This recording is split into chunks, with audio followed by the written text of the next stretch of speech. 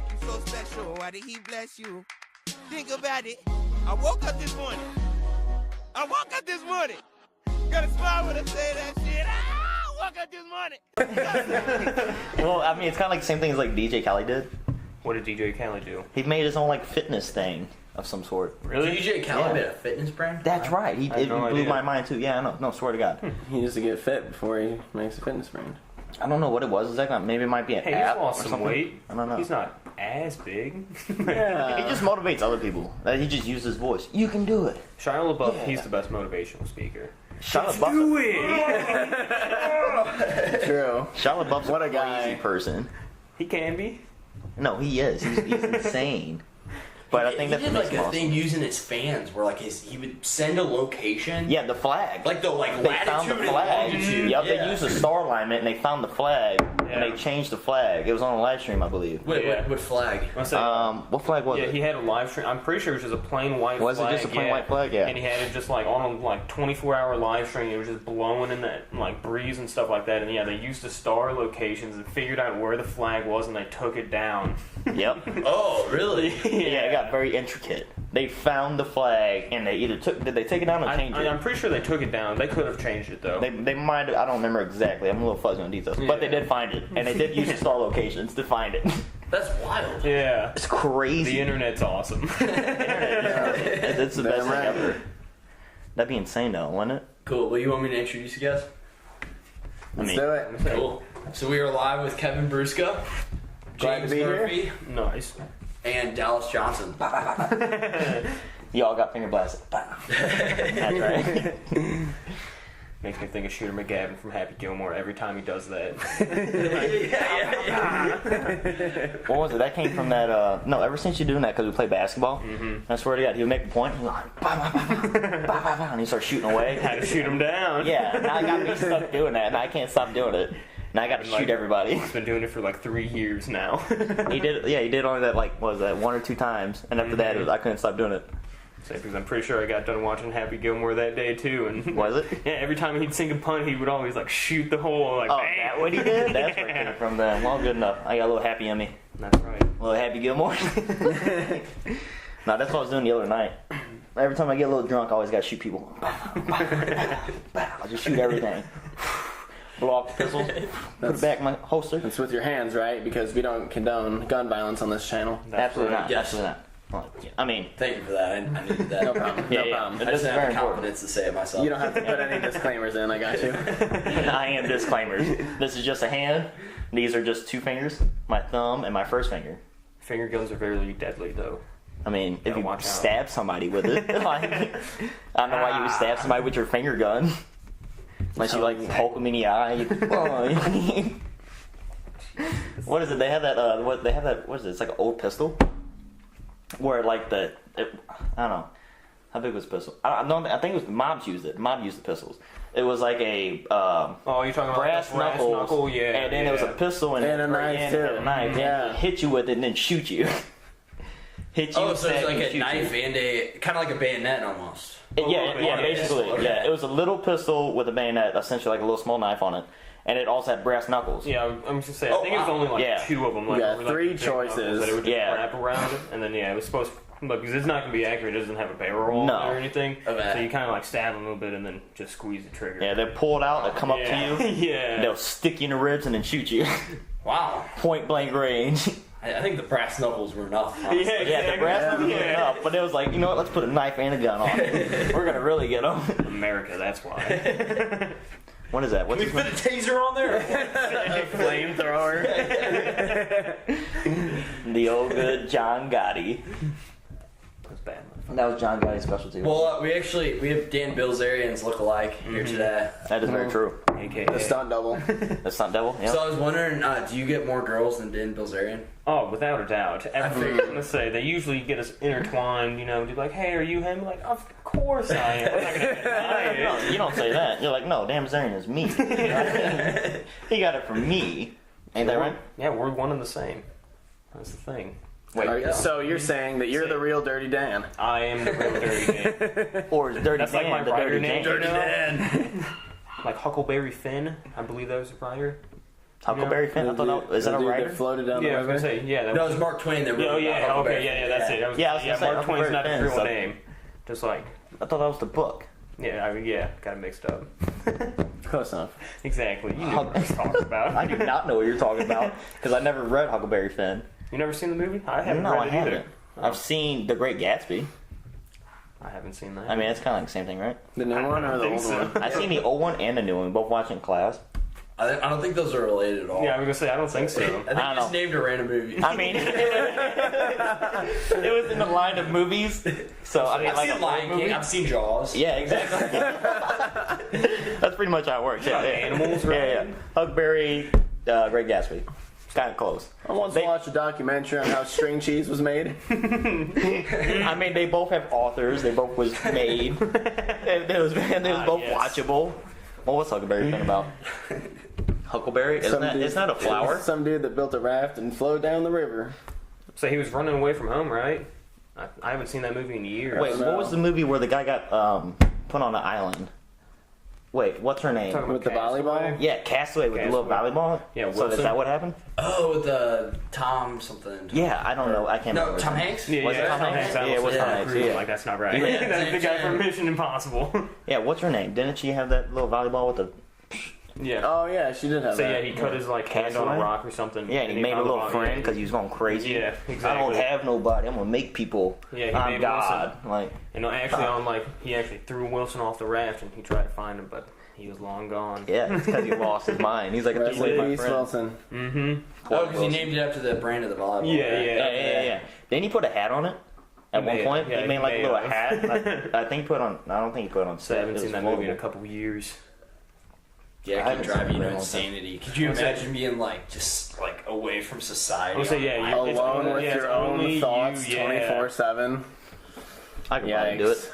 I could probably do it for a little See, while. that's why they can't really leave prisoners in like confinement by themselves. Yeah, because it's only them. for Because so they go long. crazy They're gonna real start quick. talking- Yeah, they're but gonna okay, start but like, talking to let's be themselves. fair. If you was in prison, would you want to be next to Oh, I was another gonna say, yeah, person? I Like, I'd would rather be by myself. Yeah, I would say, yeah. I'd Yeah. rather- Like, I'd rather do something crazy and they're like, here, put him in this room by Yeah. himself. Throw me Yeah. in the hole. Yeah, I don't want to be next to some of these other bastards. Fucking, they might kill me while I'm asleep or something. Yeah, I want to know that I can actually close my eyes and Right. wake up alive. Yeah, so. exactly. I mean, you may go a little crazy because it's by yourself, but I mean, you're safer, right? I mean, Yeah, don't think it like you get out like for an hour to take a shower? I have no idea. You get, like, I've never 1 been to- hour Yeah, out I've of never been to everything. prison. I think you only get out for like an hour to take a shower. That I think I don't remember. I know they put that little tray. They give you like a little tray of mush and you go. Eat some food. Yeah. They take all the food from the week, they bake it into a loaf, and they just toss you a slice. They do. They give you a loaf. I think that's actually kind of similar, right? You're like crunched up in the corner. You go back to your corner. And the rest of the room's lit except that one corner you're in. That's a safe spot. Wait, would your eyes be better or would your eyes be worse? Since it's all darkness. I feel like they would get because Your like eyes would get adjusted to the darkness. Right, Yeah, but would they be better over like a period of time, or would they be worse over? a They'd period be of time? better in the dark, but as soon as you went out to light, it'd be like so bright that you'd be squinting or either have to have your eyes closed. I know, but like over a period of time, right? Yeah, We're that's talking what I'm about saying. Months and months, Yeah, like that. yeah, that's what I'm saying. Like, would you slowly lose some vision or some part of your eye? Yeah, a lot of like kind of animals that like get lost in caves and stuff, and then if they come outside, they're like blind because it's Yeah, that's why like moles don't have eyes, right? Because they evolved because they just live underground. They can't see anything anyways. Yeah, But is that Oh, that's a evolution, good point. That's a good or point. is that de-evolution? Can't see, you little bastard. I think that's just But they didn't need those Yeah. eyes though. So I'm gonna say they learned how to adapt, you know. So I guess it would be evolution. I mean, it's adapting, but I mean, I don't think it's very. I mean, that's kind Evolutionary. of that's kind of what evolution is. It's either survive. I mean, like, yeah, die, but when or I think of adapt. evolution, I think of like bettering yourself. well, yeah, but But like, so like, if I pull that little mole out of the ground, done, fried, it's over. Your life's dead. That Do you little think it's mole. kind of a deal like don't lose or don't use it, you'll lose it kind of deal? It probably is. I think that probably. Like eyesight just became obsolete because you're like in a let's assume like a dimly lit room. Yeah, for like see, that's 6 what I was months. thinking. Yeah, Right, that's what I was around thinking. in If you tunnels. don't use it, you lose it. So like, if you did not use your eyes ever, would you just be like a mole, no eyes? Or like, if nobody ever used their eyes, would humans eventually? have no eyes? Everyone So just would covers you their just eyes have a 24/7. face? You just have like a face, a nose, and a mouth with eyebrows. Would you need eyebrows anymore? I don't think you need eyebrows. No, what's the point? Yeah. So would your face? I mean, it's not like skin would grow over. Like we have eyebrows with like sweat and dust and stuff Yeah. that would get in our eyes. Right, but if you don't use your eyes no more, eventually you won't have eyes, right? Well, yeah, but like so eventually you won't have let's say eyebrows. it's not like we just have caved-in holes. I know. You It probably just still be, have something there. Yeah, it's kind of like if I just did like this.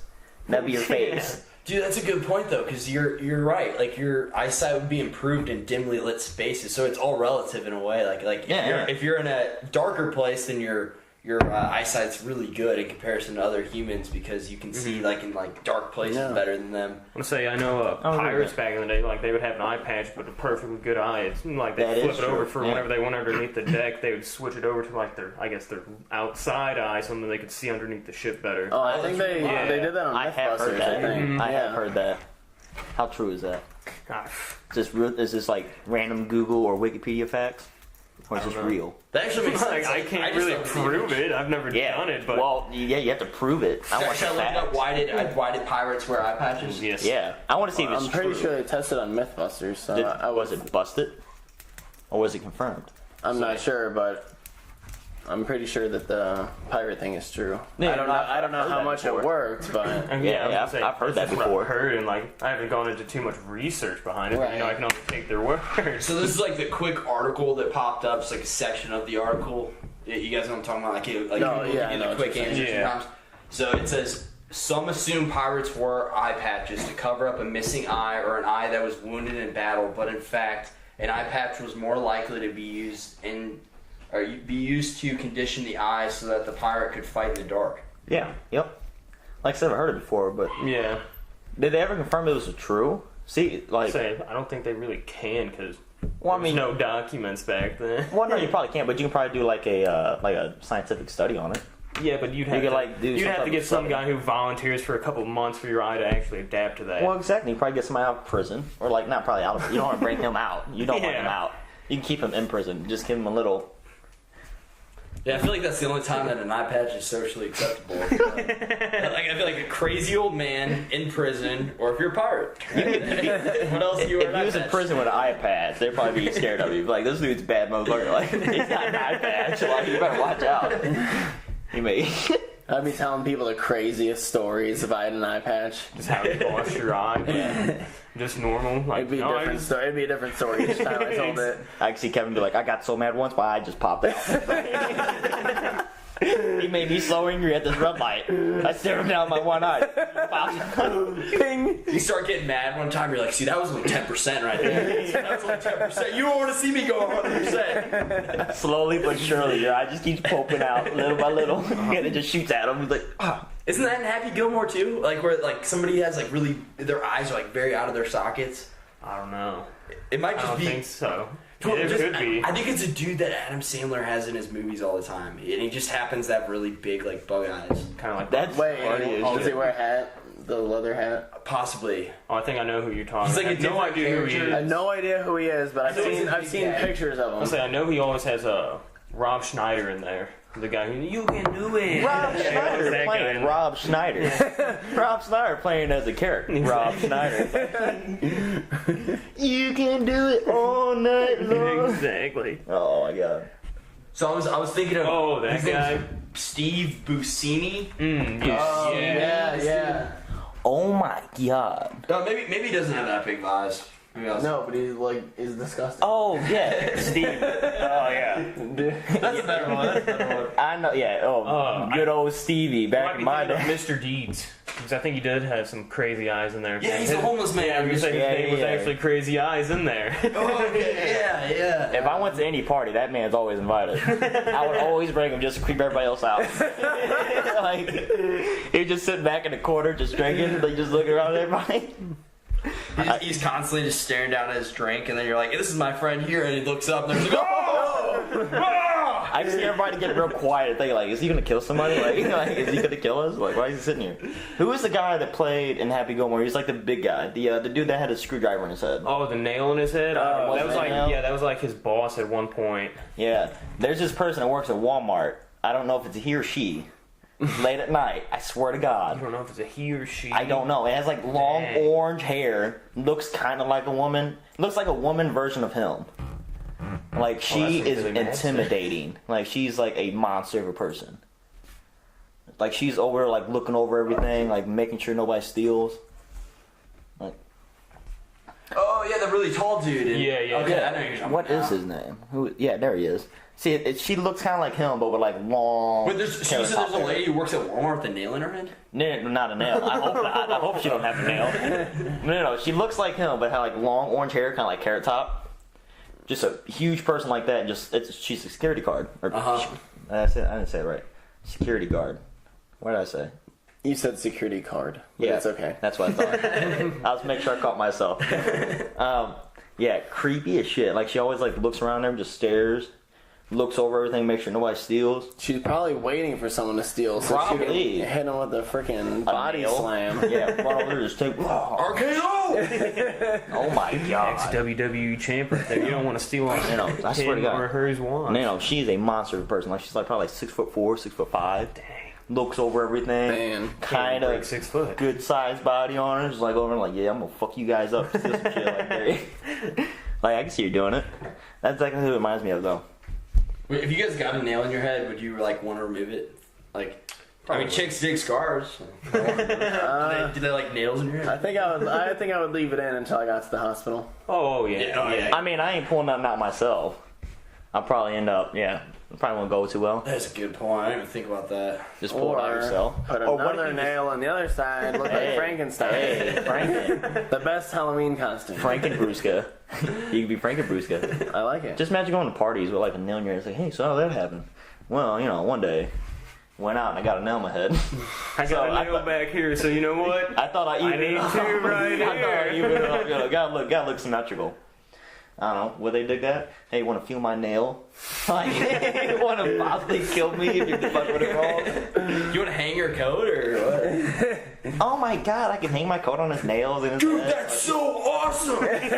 Not really, man. I can't even lay on a pillow. Oh my god. So much street cred, though. What if it accidentally like hit something wrong in your brain and made you lose a sense? What if it Or hit made you kind of your funky brain and it made you a super genius? I mean, it could have. It could make you super genius. Let's say one guy, he got hit on his head and he was able to do like crazy math. And I'm not sure if you ever seen like those, like, how do they draw them? They're like a bunch of like geometry shapes and stuff. And he has them like perfect lines every single time. I've heard something along those lines, but not exactly that. Yeah. What is it, the dude who, I feel like I've heard Joe Rogan talk about a guy who has he has like a tumor on his pineal gland, so he draws like very psychedelic art. And, I mean, they're kind of are, but yeah. Okay, I didn't know if it was the same guy. That gland of the brain is so interesting, dude. It is. I've done so much research on it. Isn't that what releases DMT into your system when you die, which makes you have... yes, I believe so. Is that proven? I believe so. Yeah, that's why whenever you're getting ready to die, that's why release DMT is so interesting. Is because it's released naturally, and that's what causes you to have like the what am I trying to say? I don't know, hallucinogens. Like right before you die, when you have like the flashbacks of your life. Oh. And then you get some scenarios where they like see things or hear things, things of that sort, because they're going on a trip, because they're getting ready to die. It's very sad, but very interesting. That's wild. Very interesting nonetheless. Yeah. What was it? I can't remember exactly what it was. I think it also controls personality too. In my psychology class, I believe. You got personality, your eyesight's in the back of your head. I don't know, I think personality and behavior is different. You have personality section and you have behavior, which is different. What else was it? And then the left and right side of the brains. One is creativeness and the other is like logical, logical thinking. Yes. So like some people I think they'd be better off one side of the brain than the others, which will help decide what of course what you are going to be in the future. Yeah. Some people are more creative, some people are more logical. You get some crazy people. They say they're extremely geniuses because of that, which would be crazy. It's kind of like what's his name? The dude that runs Tesla. Elon Musk. Yeah, Elon Musk. He's something else. He's crazy. So yeah, they say that he like stays in his office for a couple of days. Yeah, crazy. But it's like that's that the right fine line. That's like the right type of crazy. Yeah. Well, what's the difference between crazy and being a genius? Well, I think it's the point wherever you kind can. of crazy. That's what I'm saying though. Like the point where you're able to understand how they got to that thought process. Well, how I do think you it makes you a genius. Well, that's what I'm saying. Like genius and crazy. Where's the line? if somebody does something that's considered necessarily crazy, is it really crazy? Only if you can, like, it's all just perspective. That's what I'm saying. If you can understand how he got to that thinking process, then he wouldn't be so crazy, would he? I think a lot of the best inventions were considered crazy at first. True. You know, like with the airplane back in the day, everyone thought that was crazy, and look at them now. Yeah, but I mean, at the same time, I think it'd be a little more genius than crazy. And they'd be like, wow, people can fly. Crazy would be like, why'd you go over there and kill that person? I think that, or like, why are you, I don't know, eating a spoon instead of real food? Here's a good example. Kanye West. Kanye West. Yeah, exactly. He's considered crazy by a lot of people. Yeah, exactly. And he's also considered a musical genius. True. Right. That whoop-dee-dee-scoop song. Whoop, whoop, poop. Like, oh my god, it's great. But it gets very many views. Because I think there's a correlation between insanity and like being like considered like a, especially like when it comes to creativity, like a creative genius in a lot of aspects. That's what I'm saying. I think the only difference is defining the line between if you can understand it and if you can't. If there's a pathway to be able to understand why you're doing something, I think you're a genius. But if you cannot understand it, if you're so far out of the realm of whatever else thinks, I think then you're considered crazy. Yeah, I mean, wouldn't that be more sensible? That makes sense. Like if let's say, I don't know, let's say I was on news for killing so-and-so. They're like, oh, why'd you kill him? Crazy, right? But then if you understood the process of why I had to do it or why I did it, it could be more sensible. Yeah. I mean, yeah, you can be able to understand it, but then that doesn't make it not crazy in that circumstance. Well, yeah, yes and no. Slightly justified, maybe. Yes, yeah. I mean, if it's more just kind of like what they used to do in Germany, right? How they used to do experiments on people. They would take twin brothers, for example. Oh, yeah. Right? Yeah. You know, then they used to run tests on twin brothers, like, oh my god, that's crazy shit. But then it helped evolve medical shit in the medical field. Japan had a bigger part in it because they would do like open heart surgeries and stuff. Yeah, like exactly. they want to give them anything and like figure out just a bunch of shit in the human body and all that. Yeah. And they go, well, that's crazy. You're basically mutilating somebody while they're alive. Or if you had, like, for example, the two brothers, they would split them down the middle or something like that and try to reattach them. Oh, so yeah, they would have crazy shit, right? Is that crazy or unethical? Well, I mean, it can be both, right? Yeah. So, yeah. But I mean, like, if it'd be crazy because you'd be like, why are you cutting this person in half, trying to put them together? It's crazy shit. But if you can understand the process, he's trying to evolutionize, I guess, the medical science, see if it's possible, right? Because if it worked, you could possibly save somebody. Yeah. Right? But, I mean, of course, it didn't work. Yeah, he was just fascinated with twins and stuff. Yeah, he did a lot of twin things in that, like the perfect race. Which does seem crazy. So, yeah, I can't think of his name, but they called him, like, the Doctor of Death. Yep, I remember that. Yeah. Yep. They did whole things. Was he like a notorious like scientist or something? He was a notorious scientist. Yeah. Okay. Yeah, he was like one of Hitler's top scientists. Oh wow. Yeah. He caused many deaths. It was like they did a lot of. He was doing a lot of studies on different people. Like basically, he would take a person's eyeball out and try to put it into another person's eye to see if it works. Oh wow. Right, which is insane, right? Like, like, oh my god, why would you do that? But at the same time, not justifying anything he does, by no means. Not justifiable. I would never be able to do it. But at the same time, if it did work, then they would be like, oh my god, what a genius. Yeah, I guess they didn't know back then exactly. what would happen. Because you can use, like, for example, if you took a cadaver's body and you put their limb on someone else's body, right? That'd be kind of weird, wouldn't it? But they do that whenever you have like Achilles breaks. Whenever your Achilles gets torn, they'll take the cadaver body and they'll put it on through skin graft or whatever it is, whatever type of graft it is. Or they would also do the same thing. Funny enough, don't they do that with dicks? If your dick got cut off, I have no idea. Oh my! No, I swear to God, I think if your dick got cut off or some shit or severed, and you can't say it is a dead person. They would use a dead person's dick. They're like, wow, and then try to attach it on, which is crazy as shit. But I mean, like, say if it works, then you can be considered a genius. You're walking around with like an 87-year-old man's dick. This is not what I signed up for. Oh my god. What if you got a different colored dick? That's all we had. Sorry, man. Sorry, that's all you get. Well, I guess it'll do for now. No, thank you, actually. This is a lot bigger. This is wonderful. You improved my life so much. Yeah, what if you get a dick that's small? You're like, what? This is the only one, man? Can you ask me to cut it off and replace it? Like, I don't want this one. Throw that one away. I want another one. Give me a different one. Refund. Yeah. It's only half cost. How dispensable do you think these things are? Well, would you mind going back? Because I'm really interested in like what you know about like the pineal gland. All I know about That's it... putting you on the spot, I like that. No, it's all good. All I know about it is I'm pretty sure when you die, that gland is responsible for releasing DMT, which makes you have, like, flashbacks of your life right before you die. Wow. And that is why DMT itself is such a fascinating drug to me, is because you could be experiencing something that could never be experienced unless you were on the verge of death. That is very true. They also say, I think they get it from other dying animals as well. And say, well, I've heard off Joe Rogan's podcast that it comes from everything. Like from anything that's getting ready to die, like flowers, plants, animals. Like thousands of plants have it. Yep, essentially. That's crazy. And they'll be able to use it. I don't know who knows how the process works. But I mean, yeah. Apparently that's how, it says it's the most crazy chemical. Yeah, and I think they think there's a correlation to it in, like, dreams as well. Yeah. Honestly. Yeah. We can go into lucid dreaming. Oh, I could talk about That would that. be crazy. Yeah, I know my psychology teacher used to talk about lucid dreaming. Have you guys ever done it successfully? I have. No. I legitimately I used can to. tell you about it. I used to train myself to lucid dream.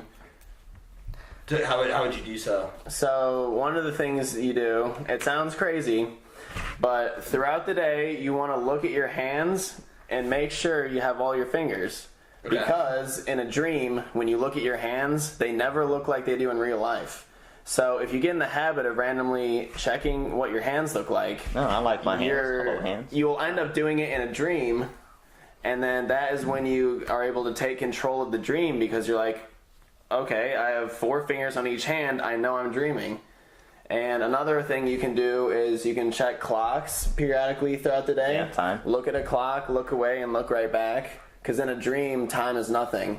So if you were to look at the clock twice in a dream, it would be jumping around.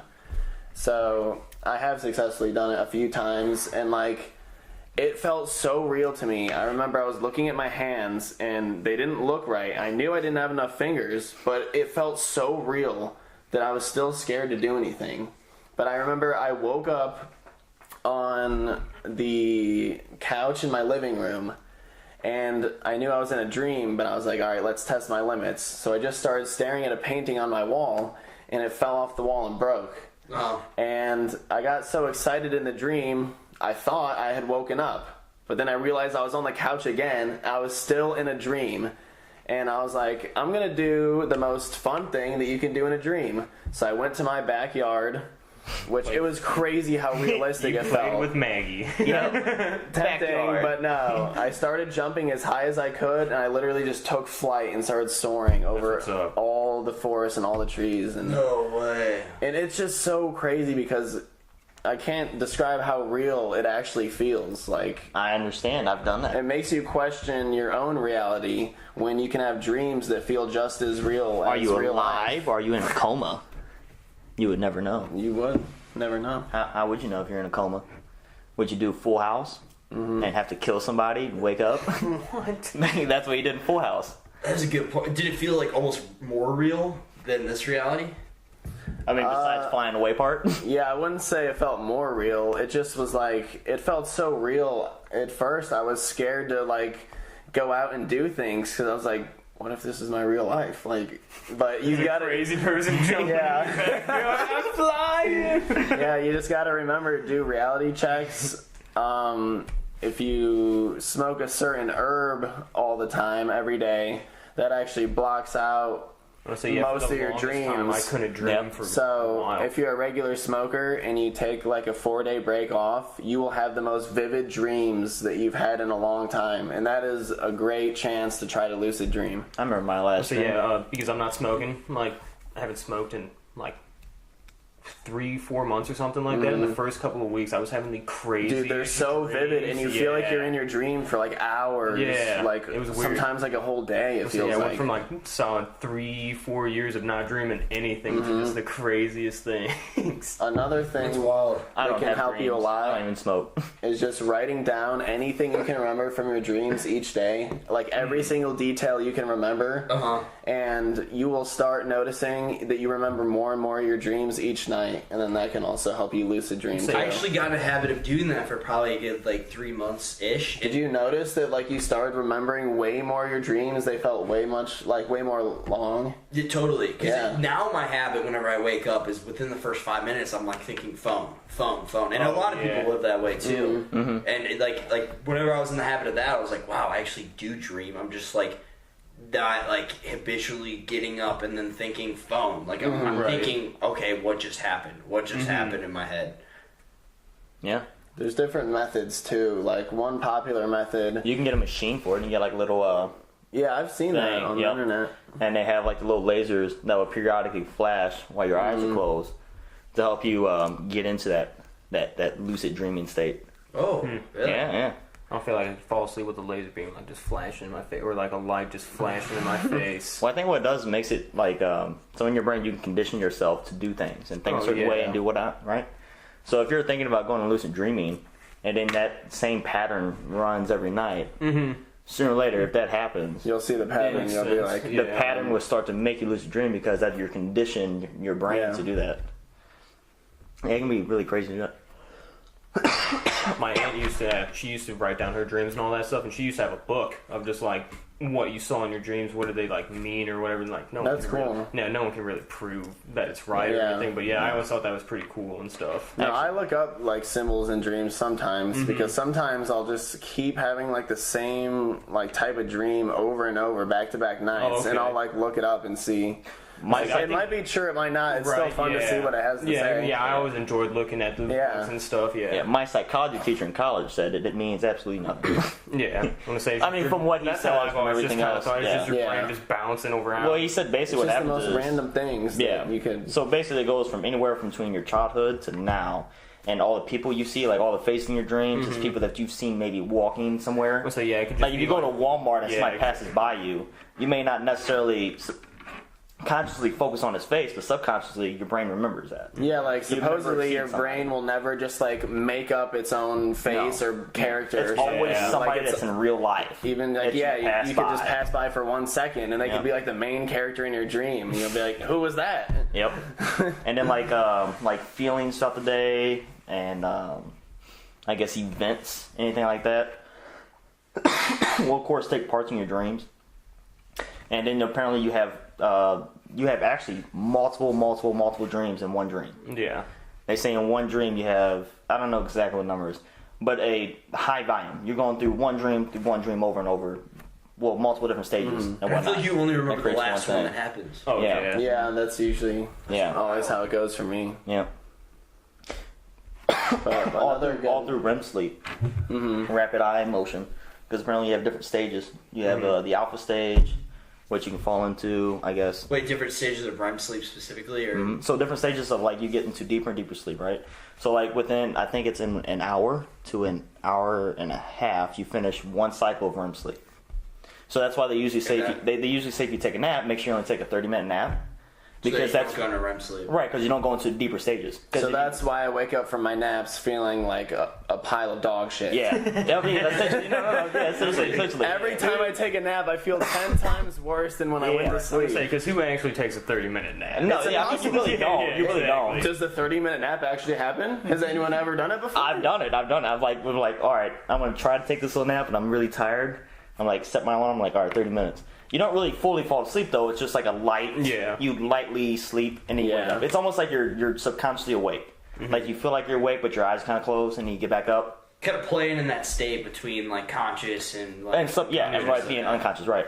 So like I said, they have different stages, and the very deep stage of your very end of your cycle of REM sleep, they say you do not want to be waking up in because you wake up more exhausted because you felt like you got robbed of your sleep. Been there, done that. So there's many cycles of like today of the REM sleep that you go through. Like I said, you go maybe I think it's like an hour and a half. I could be wrong, not too sure exactly, but you go through that multiple times throughout the night or multiple times throughout the day, depending on if you take a long nap. I don't know all the stages and all that, but I do know that there's like different stages of sleep. So that's what I mean. He used to tell us. He's like, if you ever take a nap or you go to school and take a nap, he's like, oh, take a 30-minute nap. You'll wake up feeling better, but if you take an hour nap, you're gonna feel like shit. He's like, don't ever take an hour nap. Don't do it.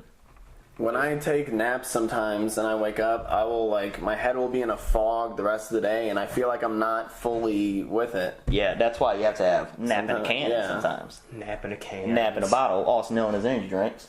Anybody wants to sponsor me? You can. I do like my naps in a can. Send me free stuff. Yeah, I like naps in a can that sometimes I put in a bottle. It's like portable naps. You feel tired, but then once you get done drinking it, you're awake. You're good. Or sometimes your heart rate just increases and you remain exhausted. Yeah. I mean, sometimes you go into a zombie state, yeah. You're just mentally drained. You just can't do it. Usually, mentally I'm fine, but physically I'm like, I'm dying. Like, I need some nap in a can. Boom. I've never heard that before. Nap in a can. That's awesome. Nap in a can. You gotta have nap awesome. In a can. Yeah. Sometimes you get the really strong stuff. That's called coma in a can. Coma in a can. Oh. That's right. That's your pre-workout. I just pictured you just taking your homemade pre-workout. That's right. I call it coma in a can. Like, I got sleep for days. I'm like, oh, and I feel great. And then I go home, like, that was a great workout, and I crash. Body can't compete with all the unnatural energy just pumping through you. No, it cannot. Hey, listen, nap in a can cannot beat sleep. Yeah, you're not lying there. That's right. Or sometimes you get like too much sleep and you feel super tired. You get like 12 hours of sleep. Yeah. You wake up, you're like, I want to sleep some more. 8 hours. Otherwise, I'm just gonna be even tired. I can't do it. Like, just wake up still tired. I just want to sleep all day. Yep. You wake up, you're like, no, I'm even more tired. You go back to sleep again. You wake up, I'm like, all right, maybe a little bit better. 16 hours later. Like, the hibernation. Yeah, the hibernation sleep. That's what gets you. And then you haven't eaten in a long time. You get up, you feel weak. You're like, what happened to me? It's exactly what I did. I slept probably 15 hours in the past, I don't even remember how long, but yeah, I was just out. Oh, yeah. Just gone, done, over. Some days those are the best days, though. For real, though. You're not lying. They can be the best days. You just sit there and just relaxing. Mm-hmm. I want to say after you do sleep that full day or whatever, the next day you just have so much energy. You feel good. Yeah. Sometimes I need to just be at home and just relax and have nothing. Oh yeah. Just like sleep is not good enough. I have to be mentally relaxed. Yeah. I have to mentally relax myself, and then the day after that, then I'm good. Like sometimes if we're going out and partying too much. Yeah, I need a solid day of by myself to recharge. Yeah, exactly. It's not even sleep. Yeah, I'm tired, but mentally I'm just exhausted. Yeah. I did too much stuff. Because if you just sleep, you just go sleep and you just wake back up. Doesn't mean you're asleep, rested. Right, yeah. You just physically rested. Which, there's another reason they were saying, why do people sleep? Why do you need sleep? Nobody's figured that out yet. Why do you have to sleep? Why can you not just rest? Why can't you just, be by yourself and just sit there? And then be fine? I think it's more for the brain. It is, but they don't understand why. And why do we dream during it, too? Yeah, we don't exactly. We don't know anything really about the human brain. No. It's like the same thing like the ocean. Or, space. We know more about our space than we do ocean. Oh, yeah, which is crazy. It is, yeah. We still haven't really hit the bottom, the deepest part of the ocean. Imagine how freaky the creatures at the very bottom have to look like. Have you seen the anglerfish? Yeah, things with little light. The fish that we do know of in the deep sea. Those things are creepy. So I cannot imagine what's at the very bottom of the ocean. Fuck, I don't want to go down there. I don't want to go down there. Ocean's terrible. Yeah, probably. It could be. We would honestly never know. Yeah, Johnny Cthulhu pop out. You'd be fucked. Well, if you wake up from it, is it because of sea pressure? It is. It is because of pressure. We can't take it. We little humans are squishy. We just can't have it. We pop. We can't figure anything out. We really never. We haven't made advancements, but I think we got pretty deep. I don't think we went to the deepest part. No. And then we haven't explored all the bottom of the ocean either. Mm-mm. So we know much more about space itself than we do about our own ocean, which is crazy. It's insane. It's not. It's it's part of. It's right here. Space is so much cooler, though. We're gonna build a rocket. I agree. Infinitely expanding. Yeah, that just blows my mind. Mm-hmm. Infinite expand, like my ego. I suppose my ego is infinitely expanding. I can never settle it down. It just always has to go through the roof. One day I'm gonna have a hat personally made like Elmer Fudd. Fit my ego. It's not a hat big enough. It's like the hat. That's right. That's right. There you go. I was going to Elmer Fudd hat. That's the only one that fitted me. I was like, I'll take it. This works right now. But no, it is crazy though. Just imagine everything at the bottom of the ocean. What if the Loch Ness monster was real? He could be, but it was just too deep. No one can say for a fact that he doesn't exist. They proved that wrong. Well, how do fish... Have you ever been to the very, very, very bottom of the ocean? Oh, I thought you were talking about, like, Loch Ness specifically. Like, oh, no, well, yeah, maybe just they proved that. The guy on his bed would be like, yeah, I just cut out a little buoy and set it down on the water and got real... No. He's like, I got your ass. He did. That's what he did. I'm saying there could be some creepy-ass sea monsters at the bottom. Well, just imagine, like, years of adaptation, right? Getting used to that water pressure. Like, yeah, we're getting adapted. We're getting used to this. And, like, over time, like, yeah, this is normal. So what would happen if they came up to the surface? And that's what I was literally just thinking. They would blow up. They'd just blow up? Yeah, they really would. I believe it. That'd be crazy, wouldn't it? I don't know. Would they? Because I could understand, like, the heavier the pressure, but as you go up, it'd be lighter, you know? Yeah, so what would happen to them? Like, they're so used to all that pressure. Yeah, I have no idea. Maybe they're super fast. I'm not smart enough for that. What if they're so quick you can't see them? They're just like... That's what I was thinking. Yeah, they what have if all they the could, pressure. like, just shoot out of the water? Well, it'd be like in in Dragon Ball Z, like the hyperbolic chamber. They put you underneath all this gravity, you can't get up, and you get used to it, and you get out, and you're like super quick. That'd be funny. They probably have no eyesight down there either. Oh yeah, no. None of those things have eyes. They are blind. So isn't that one fish that you were talking about too, like The anglerfish? yeah, it's like not little. Take a picture quick. it's like not super far deep down because it still has that light for fish that get lost. So then like they think that it's the sunlight and all that stuff, Yeah. and that's how they trap it. Yeah, it is. And they also think it's like a worm. So they put the little thing in, and they're like, oh wow, light or worm, and they'll come in. And they'll try to grab it, and it's like, ah, got you. You got ate. You can't do anything about it. You're mine. Eat. And they just start chomping away. They're almost like piranhas. Yeah, the only time I've ever seen one of that is in Finding Nemo. What? Yeah, they were in Finding Nemo. Were they Finding Nemo? Mm-hmm. I can't remember if they were or not. I can't. Finding Nemo. Where's my stuff at? I'll put it over there. What is it? They also have like some other crazy things on there too. I can't remember off the top of my head. I have no idea.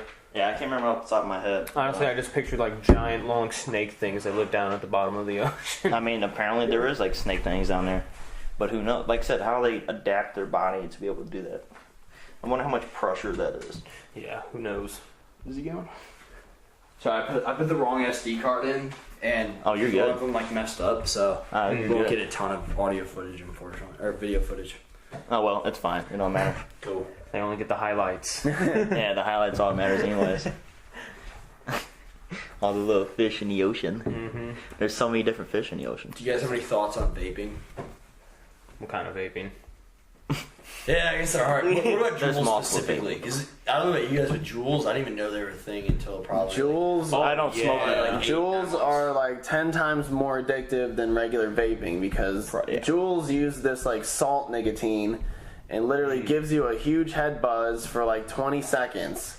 And it causes you to keep wanting to hit it all day long, and I fucking hate it. Yeah, I don't smoke anything because I try not to get addicted. I didn't really know. My personality is very Until he had, addictive. like, he's I about can't do it. 18 or so, and he started working with me, and he's always like hitting like, "What is that?" He's like, "Oh, it's a Juul." I'm like, I didn't really even know those things were real. Right.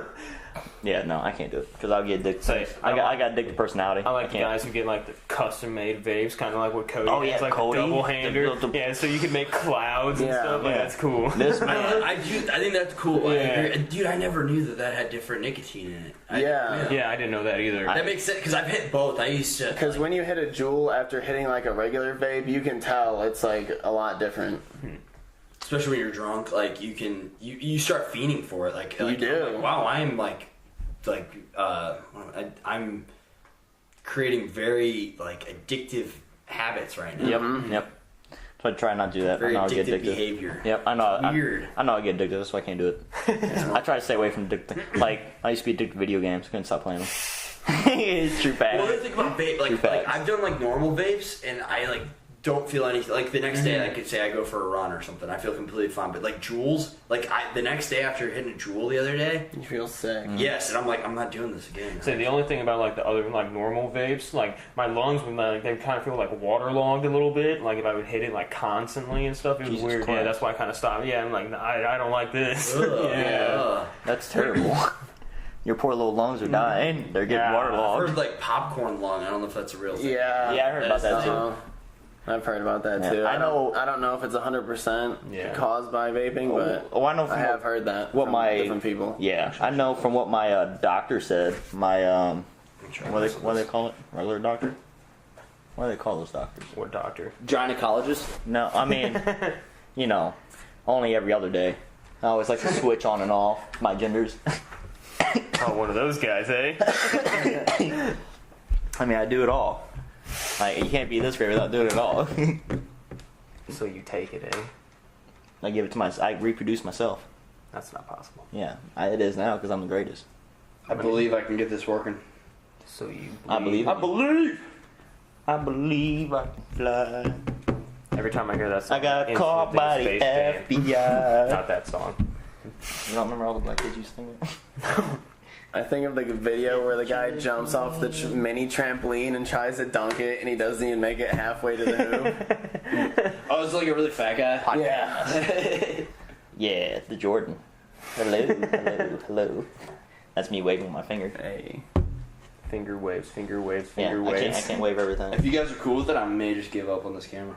Actually, I'll leave it up like this, and then if we can get it going. I don't know, that's just like not participating, but... It's not having it today.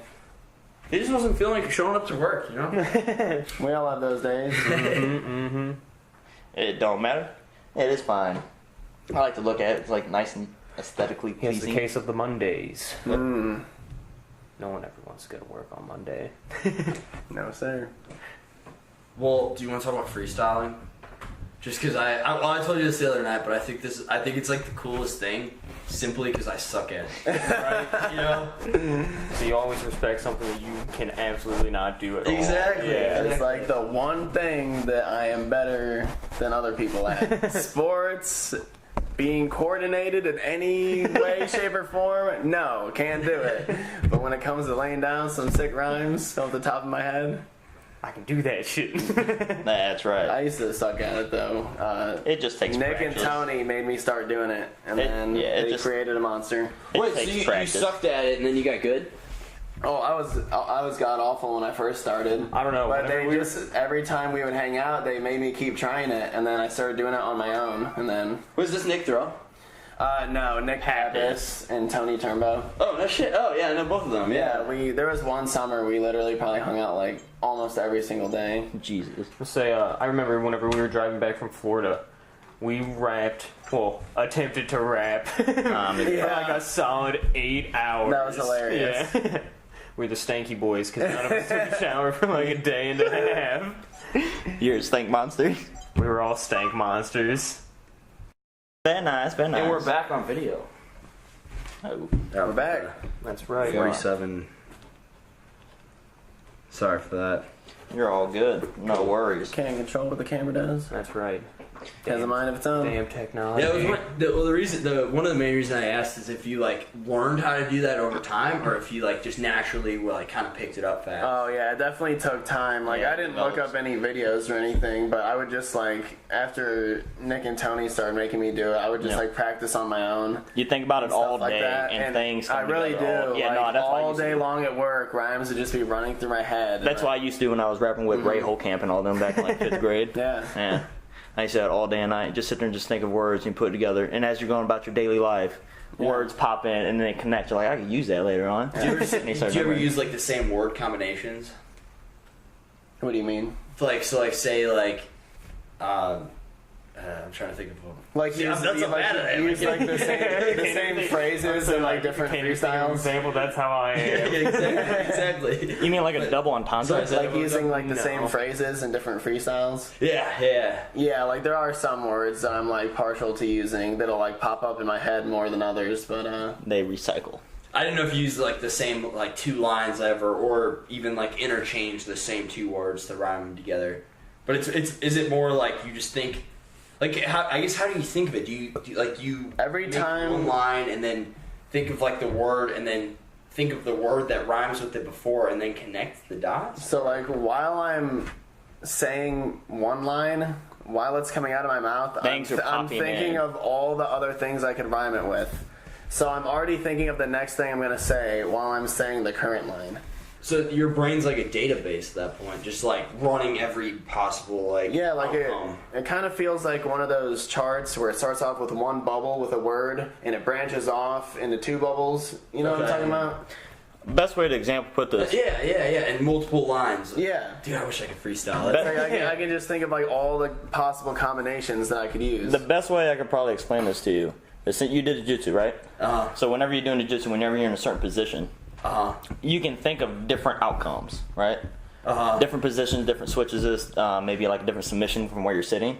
So if you're like sort of like control, that, right? Like okay, like if things are popping in, right? Kinda, okay, like I can try to go for an armbar here. Or yes. It's basically kind of like that, and then you kind of just pick one, and then from there you have an option to pick something else, right? You're one step so ahead. how do you fill in the gap once you decide on that word? So you gotta think real quick and think of that word that's going to rhyme with it, and then you gotta tie that rhyme in with that. But honestly, sometimes when I get in the zone, it's like there's not even that much thinking. It just honestly starts like just coming flows out. The flow gets loose. That's why, like especially that one night, like it was just like coming out. Yeah, flow comes out. That's why I like to think I'm terrible at it. Just because like anytime I played sports and stuff like that, if I would try to think too far ahead, I would end up just fucking it all up. You just yeah, exactly. So I just kind of went neutral mode and just whatever came. Go with the flow. Yeah, exactly. I just went with it. Yeah, kind of like when you play basketball. Yeah, exactly. Yeah, exactly. I'm not gonna think like, all right, I'm gonna cross over then spin. Just gonna do. If I do this, then he'll do that, which will cause me to do this. That's how. You I guess that's like on the topic of like flow states, and like if you master something fully, then it's like autonomous at that point. Yeah, you don't even think it becomes as easy as breathing. It just becomes secondary. Wow. Nature. Yep. The human brain is incredible, ain't it? Yeah. Welcome to planet Earth. Incredible people live here like me. So how would you say, because I think it's an awesome like party trick, how would you, or just, a social trick in general, how would you say like if I was going to like start learning how to like freestyle, like how would you say to do that? I would say just honestly, just do it. Go to YouTube, find some beats, and just like, even if you suck, just do it anyway. And when you mess up, don't stop. Just like keep going with it. Like keep rolling with it. Don't dwell on like your failures. Yeah, but you can go back and think like, okay, what rhyme could I have used here, or something like that. Okay. So you can definitely learn from your mistakes, but at the same time, like when you're in the zone, don't let like one little mistake make you like, oh, I gotta turn off the beat and start over now. You just keep going with it. Okay. You gotta think you're great. It's a Did great. you ever it's write a great anything stress down, reliever. or would you always just kind of like say it? I wrote things down for when I made those songs, but I've never written things down and like used them as a freestyle because I hate when people do that. Yeah, I don't like that either. Like always see people pull out their phones like, "I'll rap battle you," and then they just instantly pull out their phone like, "Dude, you can't use that." Right. Well, more times than not, I know you get some people to write it down, memorize it. Oh yeah. And they're like, it's a freestyle. It's like, no, it's not. You memorize that. You prepared but you can never tell. You can never tell though, 'cause, like they memorize it. They're like scrolling too. It's like, dude, like how many do you have? Oh, I got one just for this situation. Wait. God. Oh, that's funny. What is this? Is this a sponge? Yeah, because otherwise before I didn't bring that. I keep it down in college, but I did like. People would like tap or like do that, and you'll probably still hear that, but I just figured it kind of absorbs the sound of like the table a little bit more. Genius. It's like a pop filter in a way. Yeah, I was gonna say you have to have something because otherwise all this knocking that I do.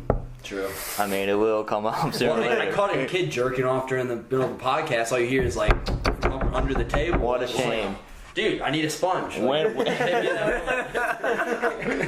I was younger in school, jerked off in class. No, there was this kid. He was known for rubbing one out in class. And is it Hardin? Was it Hardin? I think it might have. No, I don't know. I think it started at Jefferson and went to Hardin. It was him, and then everybody knew him for doing that. And it's like, oh my God, what is he doing? Playing a little pocket pool. He was doing something. And then at one time, he also went to the bathroom, and they heard him in there doing his thing. Let's say you remember Corey Davis? Yes. One time we went to the bathroom just to like bullshit around, and like he heard it, and he looked and like, quit jerking off! Like looked under the stall and just put this kid on blast. It might have been the same kid. I don't want to say his name. I don't want to be mean like that. So I never knew who that kid was, but I knew who it was, and he was like socially. He was like really smart. He was an intelligent kid. but like socially awkward. Like he could not socially interact with people very well. And then he had a brother, and his brother was like decently good at socializing with people. Right. But at the same time, he's like, I don't know if I should because my brother's like this. He's like, whatever. He kind of just went with the flow of things. But it was his brother that used to do it all the time. And in fact, what was it? At one point, I remember I was in line.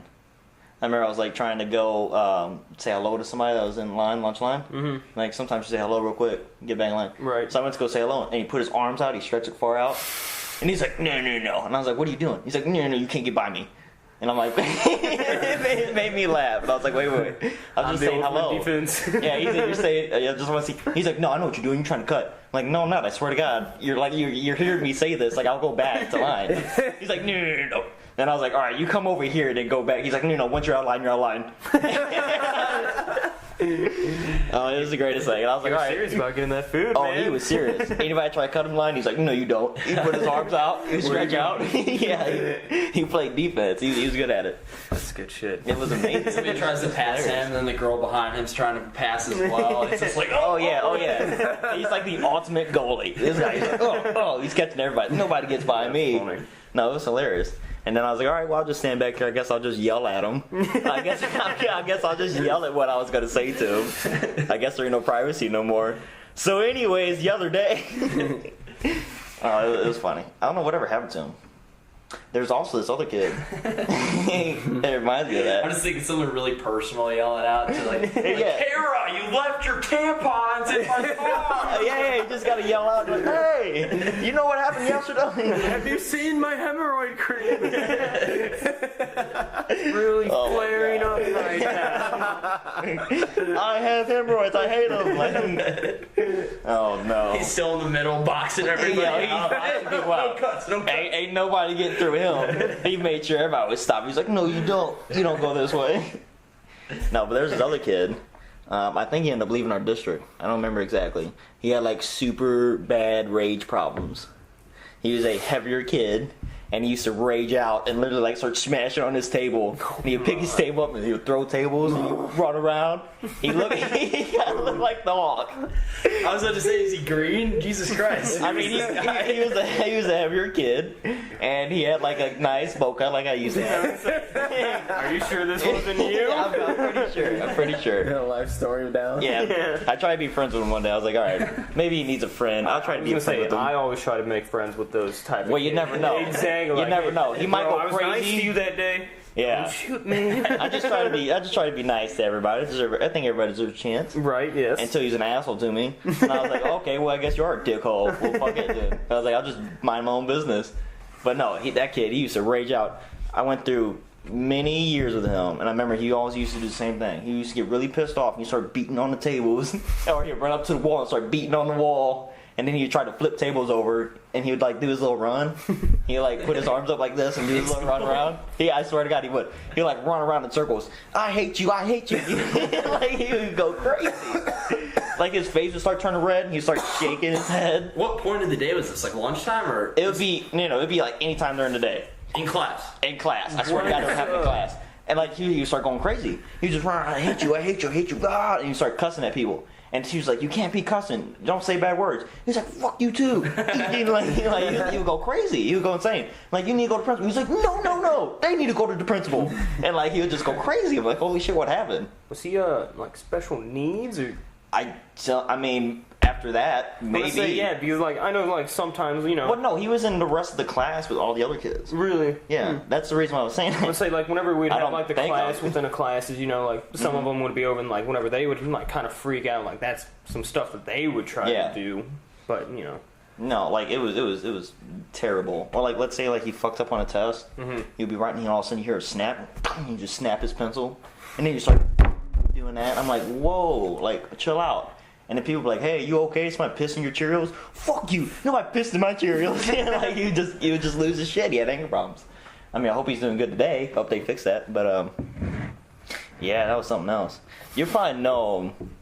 We'll discuss this a little later on. I'll probably tell you a little later camera, on. Yeah, because I don't want to put nobody on blast. Right. Like, I wish him the best. I wish him all the well. But he was a very interesting kid. We had some interesting kids going through our class. So to switch up the topic, probably a good idea. I can tell you some other in-street kids too, but we'll go on. Yeah. Do you guys have any thoughts on fear? And how do you respond whenever you start to feel fear? Like, conquer it, because fear only holds you back. And on top of that, it'll help you. I think it betters yourself as a person if you can conquer your fears. Yeah, because anything that you're scared of is holding you back, right? Yeah. So why not take the risk and try to conquer it? So you ain't held back from anything anymore. You'll be more free of a person. You feel like you're able to do more things freely. So when I think of anything fearful, like whenever you was younger, right, and you had a crush on a woman, young girl, you're scared to talk to her, then all of a sudden you lose your chance. Why not take the chance? Right. I mean, the worst thing, maybe worst outcome may happen. If we're talking about all fears, like, especially like heights. I used to be scared of heights. So I used to jump off of very high things. I got over that really quick. It held me back for a long time, because we'll go to like Rexplex or something like that. Like when I was a kid, I used to be scared of heights. It's like jumping off like very high diving boards. Exactly, right. Okay. So eventually, like I said, conquered went over that, became more free of a person. I feel like, I'm not scared of that no more. I feel, like I said, just inside, I felt more free. I felt, like things were lifting off my shoulder. Right, exactly. Mm-hmm. And I'm like, why was I so scared of this? You know what I mean? Right. And then when I did it, I was like, well, the outcome was great. I enjoyed myself. Yeah. I could have been enjoying this for so much longer than I have been. Why I should be scared of something? It's kind of like when you're scared to put yourself out there with somebody. Yeah, no, Will Smith talks about skydiving in that same regard. Like, yeah, I've seen that. You know the video I'm talking about? That's an awesome video. It is awesome. He's an awesome man. Pretty much for anybody who hasn't seen it, is like listening. The premise is that he is about to go jump with his friends, and they're talking about it over drinks the night before, and then the next day they finally get there. But every moment leading up to that, once they actually decided, he's just in total fear. And then he said it's the most freeing thing ever. And he has a quote, and it's God put the most when he actually jumps out of it, God puts the most beautiful things or something like that in life on the other side of fear. Mm-hmm. Absolutely. I totally agree with that. It's kind of like conquering yourself. It is. Yeah. It is. I mean, if you can conquer oneself, you can conquer anything, right? It's basically getting over your own mind. Mm-hmm. It is. Because like I said, you can hold yourself back from many things. Opportunities of all sorts. I mean, anything, really.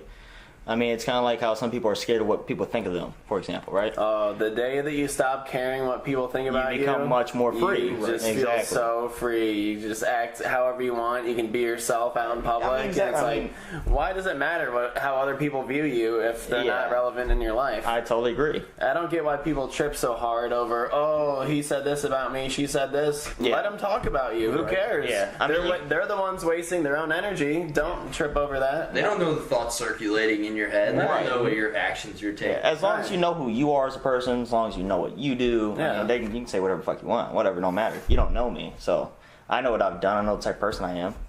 Don't need no one else to confirm that. Right. You know what I mean? Why do I need someone else to confirm what I'm doing in my life? Yeah, I don't need that. So why be so scared of what other people think? I don't, I mean, but like I said, there's many things. There's reasonable fears. There's healthy fears. You can have very healthy fears. Healthy fear as in being scared of a certain animal, right? In certain situations. Well, isn't that the idea of fear is to it's kind of like an evolutionary thing to save you from a saber-toothed tiger or something. Right, absolutely.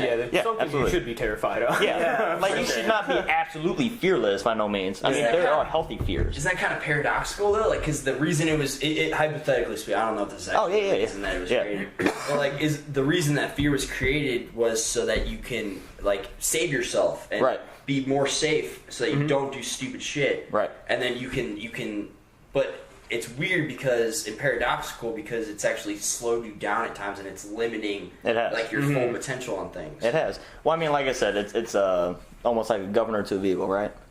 You want that governor to help you not maybe destroy your engine or maybe go too fast or something like that. I mean, at some points, maybe it's needed.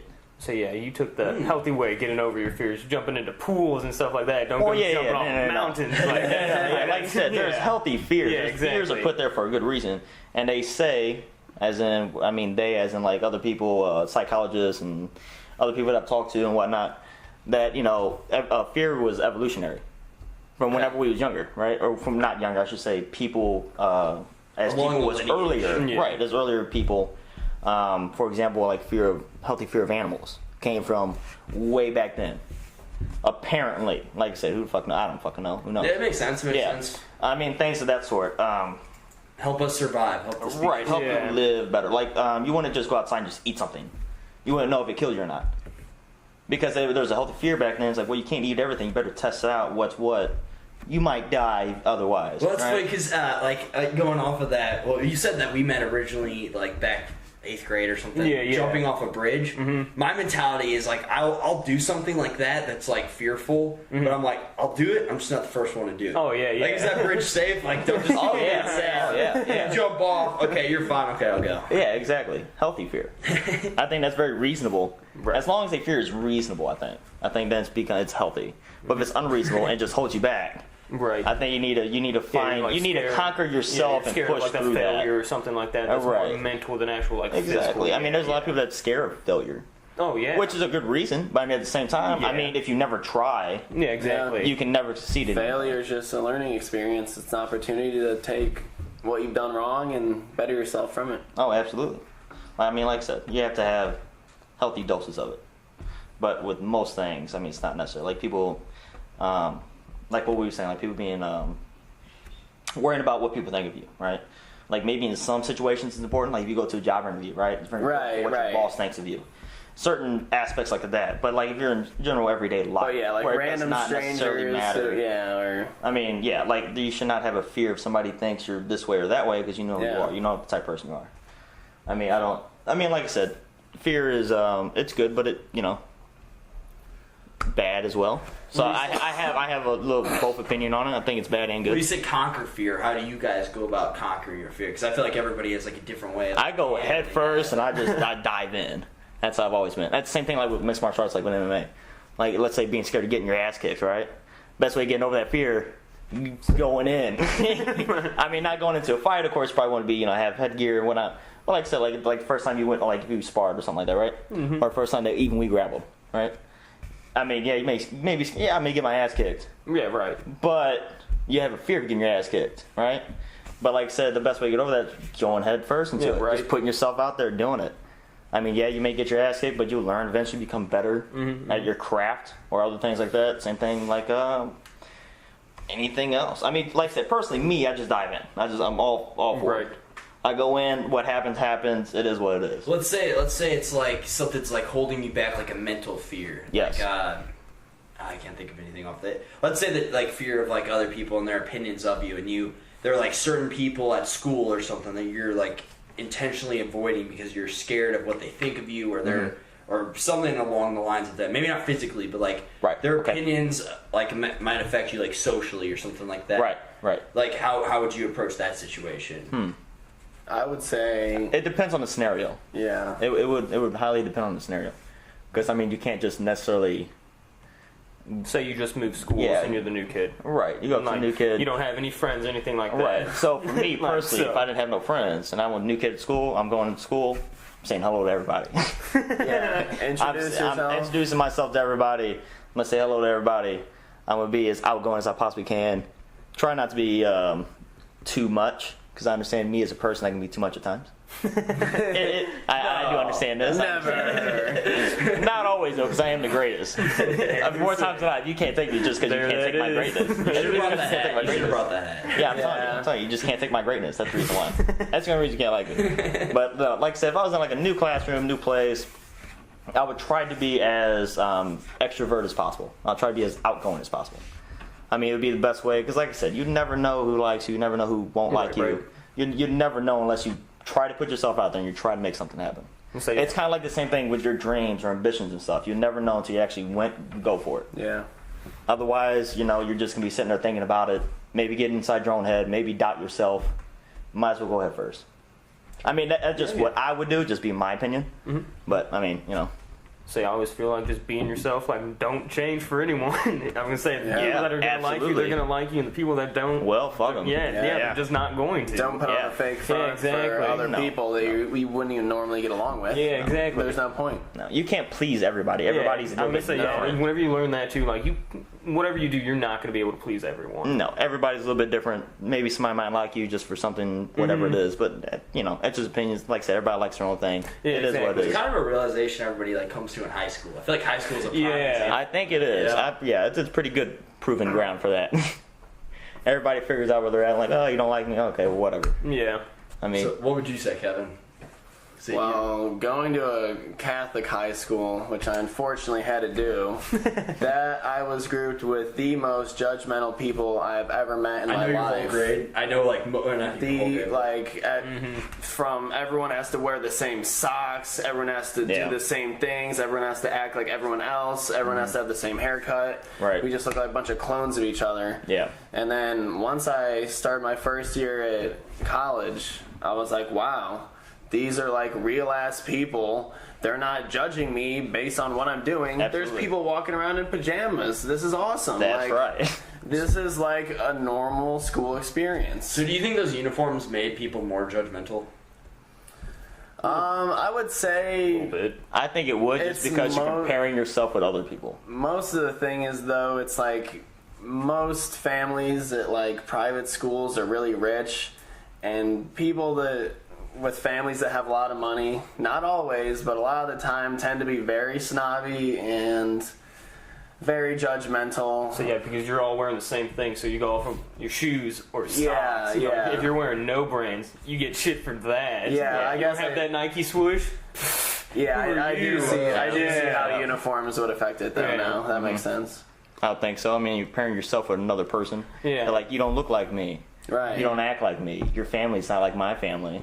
And then you're comparing levels. Oh, well, you're shit. That's the reason why. Like, that's. I mean, I didn't go to one, but that's what I feel like. I've heard small towns are the same way. They're very judgmental. Yeah. I feel like it can be. Social status in this, like in the town, because everybody knows who your parents are and all like your details. That would suck growing up. That would be crazy.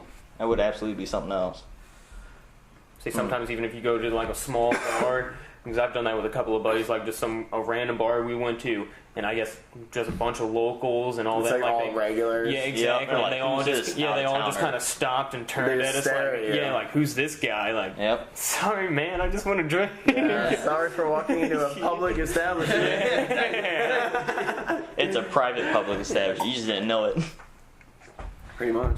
I mean, it comes to nothing, though. I mean, like, everybody's worried about their status in life. Everybody's worried to compare themselves to everybody else in life, and people get overstressed out and everything else over it. I would say, like, I've always been the type of guy, like, you just get, it's like Pat. Like, I've always been the type of guy, like, I don't really care what other people think, but then at other times, like, I feel like whenever it's like I'm like a lesser mood or like more, like say I don't work out that day or pretty much just a lesser mood. I just feel like less energy, all that. There'll be times where like I'm like way more insecure and I like really value other people's opinions. Oh well, yeah. I mean, I think that's normal though. I think that's just a normal thing that everybody does. Yeah. It's kind of like everybody going through happiness and depression. I mean, you could be the happiest person in the world. I mean, everybody goes through depression. So do you think whenever you experience one extreme, you're inevitably like, it's almost like... I believe so. It's almost like nature trying to balance itself out like internally? I believe so, because I mean, that's kind of like if you have too many sunshiny days, right? Then you get too used to it. I mean, I kind of feel like in a way... If you get a little cloudy day, it's going to look so much worse than what it actually is. Because you're... Right, exactly. I mean, I feel like it's somewhere in the premise of the same thing. I think eventually, life's a roller coaster ride. You come up and down all the time. Yeah. And if you have way too many great days, it could be the smallest thing that makes your day worse, right? Can you appreciate do you think you're able to appreciate the ones... Let's say you have a normal, like, up and down, like... Right. Your entire life, the first 18 years, and then you're on, like, a 3-year streak of happy days. Like, can you still appreciate those if you don't have any bad days from that point on? I think it depends on the person. Yeah. I think it very well depend on the person. I think... It could be very easy to get used to having good days, though. Right. You could just start to like expect it, and then. Yeah. Well, I mean, like for example, right? Because we live in St. Charles, right? We have Walmart right next to us. We have the gym right next to us. We have Main Street a little bit down the road or whatnot. We have college, Lindenwood right next to us. Multiple different facilities to eat at, things and whatnot, right? Yeah, there's a lot in St. Charles. There's a lot of St. Charles, exactly. So I got used to it, which I think a lot of people do. And then you go to other places, like let's say, not to shit on Chesterfield, but let's say you like go out to Chesterfield or something like that, and you're trying to look for something else to do. Because I know me and Patrick one night we was like looking around after Twin Peaks, we was looking around to see what else was there. Other things, I'm like, wow, there ain't nothing out here. This looks like shit. Like, not necessarily looks like shit, but I'm like, wow, this looks kind of boring. Right. Or then we'll go somewhere else and like, wow, there ain't nothing out here either. And it kind of makes you appreciate, wow, we actually have a lot of shit in St. Charles compared to other places. You know what I mean? Yeah, I think like going back to what you were saying, Kevin, it's kind of like an expectation thing. I feel like. Yeah, like after so many days of having a perfect day, you just come to expect I'm going to wake up and have a perfect day. Right. Yeah. And like what you were saying, then any tiny little thing could make it very bad because it feels extreme. Even though it may not just get like a flat tire or something, just drive up to the gas station, fill it up, or if it's completely like has a hole in it or something like that, you just have to go get a new one. But yeah, they can be a real damper on someone's day, just an inconvenience that you're not used to. Absolutely. True. Absolutely. But I mean, like I said, if you're used to more things of that sort, then it's not much of a big deal. I mean, it's a big deal, but I mean, at the same time, like, yeah, I've dealt with this before recently. Also, kind of feel like it's kind of like you go through like mini heartbreaks, and you kind of get used to getting heartbreak. Yeah. And also, like, if you've always had something in your life, like, growing up, like, you've always had the best of the best of the best, you know? Oh, yeah. And then you just go piss poor. Oh, yeah. Yeah, you know? Oh, yeah. Oh, it's like the spoiled kid getting like upset about the most minuscule Yeah, exactly. Absolutely. But then, like, if you come from the straight opposite, it doesn't matter. Like, you could get that flat tire, like, it's alright, I'll walk up to the gas station. I'll go get that other tire, carry it over to my car, you know? Just... I think it works both ways. Yeah. If you have too many good days, the littlest thing could be the worst thing of your life. But if you have many bad days, and it could be, you know, like kids in Africa, right? How they don't have much of anything, but you give them a fresh bottle of water. This is a great day. Yeah. I got a fresh bottle of water. Yeah. How many times I had this? You know what I mean? It could be the smallest thing to make your day wonderful. Yeah, exactly. Yeah. So I think, like I said, I think it differs and depends. Yeah, that's a good point. That's why I've always strayed towards people from other countries. Like, one, because you can learn a lot, but I feel like they have, like, gratitude more than we do here. Oh, yeah, absolutely. Because we're so used to this. We're so used to how we have everything. We have fresh water. So I feel like that's how all the other countries kind of see us, too. Like, we're the spoiled kids. Yeah. Probably. Funny thing, too, talking about people from other countries. Ross Boss works at the gym. Who? Ross Boss. He's from England. Okay.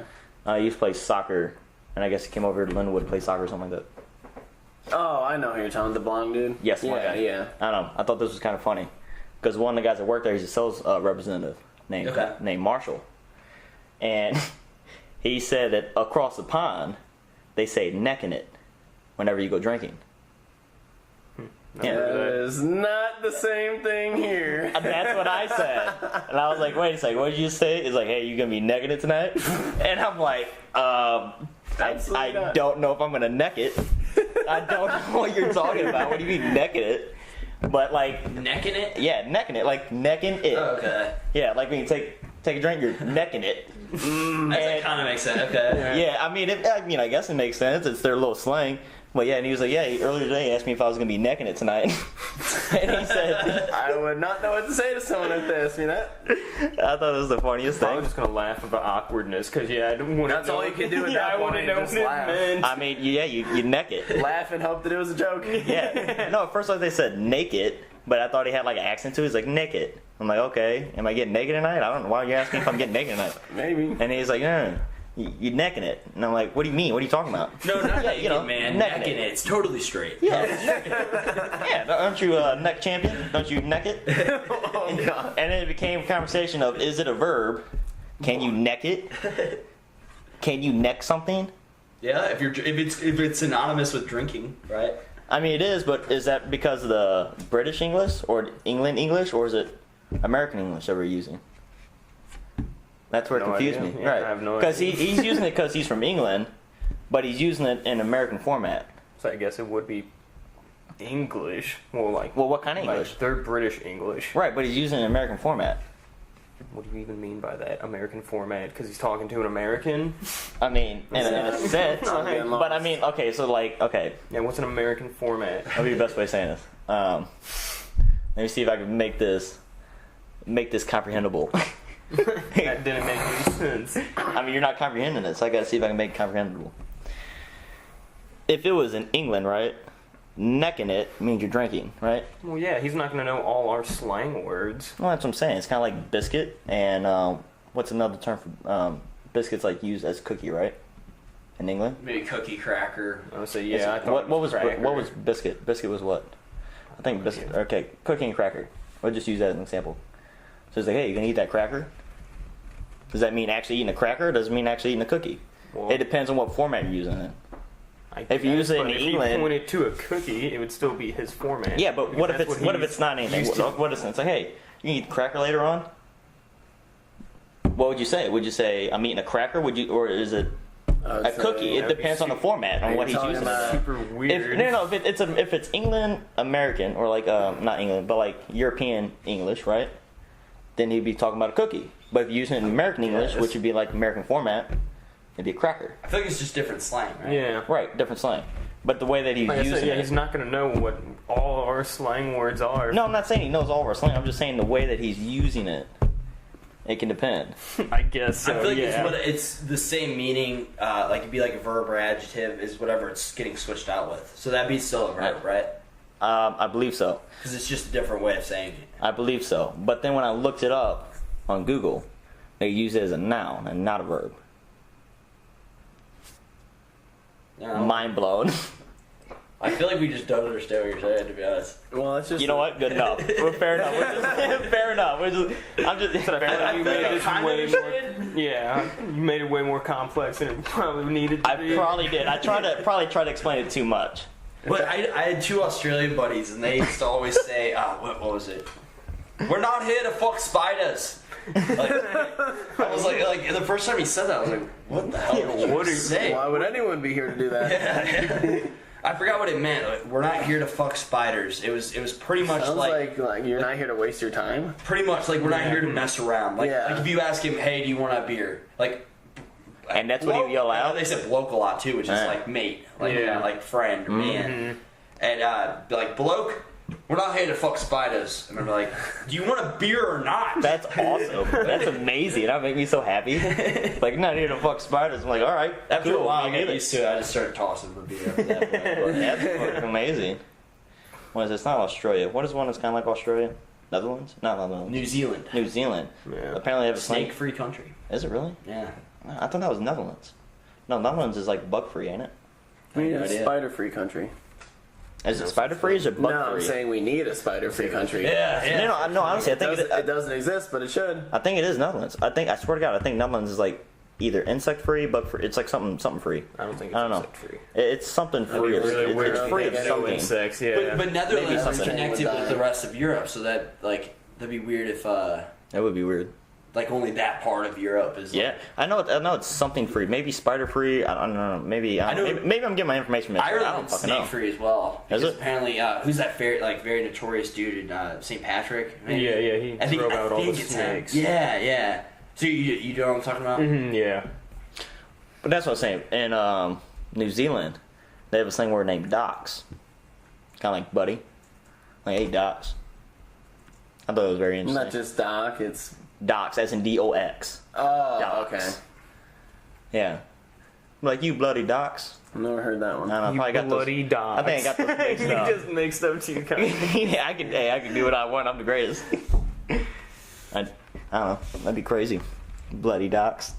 That'd be funny as shit. I'll laugh my ass off if someone told me that. No, bloody wanker is... You? No, it's the guy. Yes, it is. So much to where his dick starts to bleed. Well, yeah, that's you. The Urban Dictionary is awesome. Listen, you make basement glue, okay? Basement glue. Yeah, James Grape makes some basement glue. He also likes to eat his grapes without the skin. He peels his grapes. Oh, really? Yeah, if you didn't know that. They do taste better. I've done it before. He saves up all the peels and he sells them to people. Really? Yep, all the grape peels. Black market? Grape skins! Get your Grape skins! Well, apparently there was a dude who sold on eBay all the Lucky Charm marshmallows from one box, and he made $200. What? People bought that shit. That's crazy. They're too lazy to actually pick out the best part. No, I'll just pay $100 for it. Because the rest of it is just like cat food in that box. It's You get terrible. marshmallows and cat food. Well, if you let those marshmallows terrible. sit in that milk for too long, they get so soggy it's not even enjoyable. Yeah, it's nasty at that point. It's like mushy in your mouth. I don't know, I like, what is that? Pops? Frosted Flakes are the best. No, it's not. Pops? Son. Cinnamon Toast Crunch in the top 3. Cinnamon Toast Crunch Yeah, is that is great. top three. Yeah. What is that? It's the yellow one. I think Yeah, it's called it's Pops. Pops. Corn Pops. Corn Pops is amazing. That's so good. Oh, honey, what is that? Honey Nut Honey Bunch of Cheerios. Oats? No, not that. It's like, Talking about the one with Little B. what?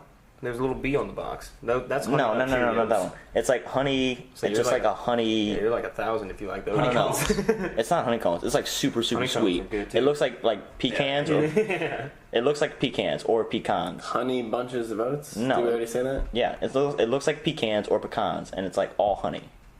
I don't know what it is. It's super sweet. I can't remember what it is. He used to eat it with his It's great. lemon drink. Hey, don't talk about my lemon drink like that. Honey cereal? It's honey something. I just remember it's like super crazy sweet. It's the sweetest thing I've ever ate in my Dang, life. there's a lot more than I thought was going to pop up. Yeah, Honey nut clusters? maybe. I don't know. Like I What said, the box look like? it's brown. They have like little brown, like I said, look like pecans. It's like brown. I feel like I actually might know what you're talking about. It's like super crazy sweet. Is it kind of like glazed look? It is, to yeah, it is glazed, and it has like a slit in the middle, kind of. I might know. I don't know. I don't know. I don't know. I haven't ate cereal in many years, but I remember it was one of my Same. favorite as a kid. So good. Wait, would that be the one with the frog on the box? I don't know. Was the frog on a box? What is that cereal called? I don't know, but he's right there. Cookie Crisp is really good too. I like Cookie Crisp. the frog? Is it Honey Smacks? It was Honey Smacks. Yeah, that's what it is. That's exactly what you described. It was Honey Smacks. Oh wow. That's it, and it was the sweetest cereal Dude, known we to all just mankind. came to no joke. No. You said is it the one with the frog on that box? Yeah, there you You're go. like yes, it's. I don't It know. might have been. And then yeah. you saw it in the pictures, and I clicked on it. Wow, That's right. keep- That's how we do it right Yeah, there. Our minds are all synced up. That's right. It's just like frequency, bro. We're on the same level. Let's say wavelengths. No, if you ever had that cereal though, it is great. Yeah, that's good. I have had it. It's solid cereal. If you look at that so close, sweet. it's sparkling right there. So. Oh, it is glazed with all the That's sugar. advertisement. It doesn't only have some sugar; it has all the sugar. Every sugar known to man. Let's be honest, did anyone like Twix? Or the Trix, the one with the You rabbit said on? tricks. I liked them Twix the better first time. when they were little fruit shapes, and now they're all ball shapes. Yeah, I like the little fruit shapes too. The magic is gone, so I hated say no to tricks now. I hated those ones as a kid, I'm not going to lie. Tricks are for kids. Sorry, we lost creativity. We're just gonna make them into balls now. It's just getting too damn expensive. It costs 10 cents, we want 5 Yeah. cents worth. Too hard to have a machine make shapes. Exactly. No, I like Fruity Pebbles. Fruity Pebbles is really good. Oh yeah. Fruity Pebbles is so tasty. Especially like the chocolate. Oh, Crave. The Crave I was cereal. just gonna Crave say, is oh so my good. God, I'm fucking- Destroy Crave. I'm addicted to that Crave. shit. I would dude. destroy. I The eat it. chocolate I'll Crave. eat it like before I go kill to it. bed. I'll eat it in the morning. I eat it whenever I'll I eat it want. for lunch. I'll always eat it. I'll find the biggest bowl in my house. Like sometimes it's just like a big ass Tupperware container. Nah, who It needs doesn't a fill you up bowl? at all. No, it No, it really don't. No, So you know, like the big measuring glass that you had? That's what I would use for cereal. I'm not even lying. No, what you do is you chop the top off, you just pour the milk inside the thing, you're good to go. Yeah, that's all you need. You just eat the whole box. Nicotine in it. That stuff. That thing, yeah, I've never it's been like addicted to a cereal. it is No, drugs. I was just having this conversation with someone the other day. Swear to God, it's like they crack. gotta be It's putting drugs. something in it. No, it's drugs. A little sprinkle of crack. Big keep coming back. There, guys, you want That's to how come we back, get these guys? kids back. God, Crave. You ever had the double chocolate Crave or the shallow That's the chocolate? one I too? always get because it has the most chocolate. That's the only one I get, don't you know? Like, you gotta get that one. You can't get the regular one. It's already so good. Yeah, no, you can't get the regular one. You gotta get all the I like to chocolate. switch off every No. box. The more chocolate, the better. I just all the chocolate. Why And don't then you the put, milk why don't you turns put into chocolate milk in there too? I've done it before. I'm not gonna lie. I mean, I'm not gonna go back to that. Didn't. It has happened. And it was great. Overwise milk. Oh, that's Yeah, the Overwise is best good. chocolate Yeah, I would milk. say hands down the Overwise best is chocolate great. milk I've ever had. No, there's an Overwise ice cream place. Yeah, I was gonna say I'm pretty sure most of the places. terrible. Really? It's honestly not as good as I thought it was gonna be. Really? I But thought the they'd milk, the be, Overwise I milk, thought they'd be the bomb. blow everything up. Yeah, me too. There's a drive-through. You can like drive through and get your Overwise ice cream. What? Yeah, it's crazy. Not that great of ice. I'm like it's subpar. I feel like they had pretty, like, real good milkshakes. No, their milk's insane. But their milkshake's incredible. It kind of makes me want a milkshake. Steak and shake. The half I and might have half. to hit that up on the way home. Ooh, I know, but it's so much sugar. Do I care? I mean, As he downs, me. like, Sugar makes you happy. Listen, I had a lot of drink. I need to calm down on my de-health. I'm de-healthing right You got now. another solid years of 60 live. Like, years ahead of you. Listen, Nah, who I've been cares? de-healthing recently. I need to not Worry stop about that whenever de-healthing. you're immune system, whenever. Listen, yesterday, system slows the fuck down. Me and your sister was fighting. Okay. Yeah, but you had mostly like hard alcohol, so that's right. It's not as bad as like it's not beer as bad or anything. I mean, no, beer's beer's piss water. I'm sorry, I don't care who's watching. It's piss water. I don't care. Yeah, but it's like it was dark. What was Jameson? Jameson's whiskey, right? Yep. Exactly. So it's dark. Don't they say dark is like sweeter or sugary or some shit? I have no idea. I know it's in like. I know. Clear liquor is better for you than dark liquor. Yeah, from what I've heard. I'm gonna say that's why sure like wine, vodka water is like the best. I'm pretty sure wine overall is the best. It's like the healthiest thing. You can drink. That's why I like the darkest liquor I can get because it tastes great. I like rum. Give me all the brown sugar. Best for you.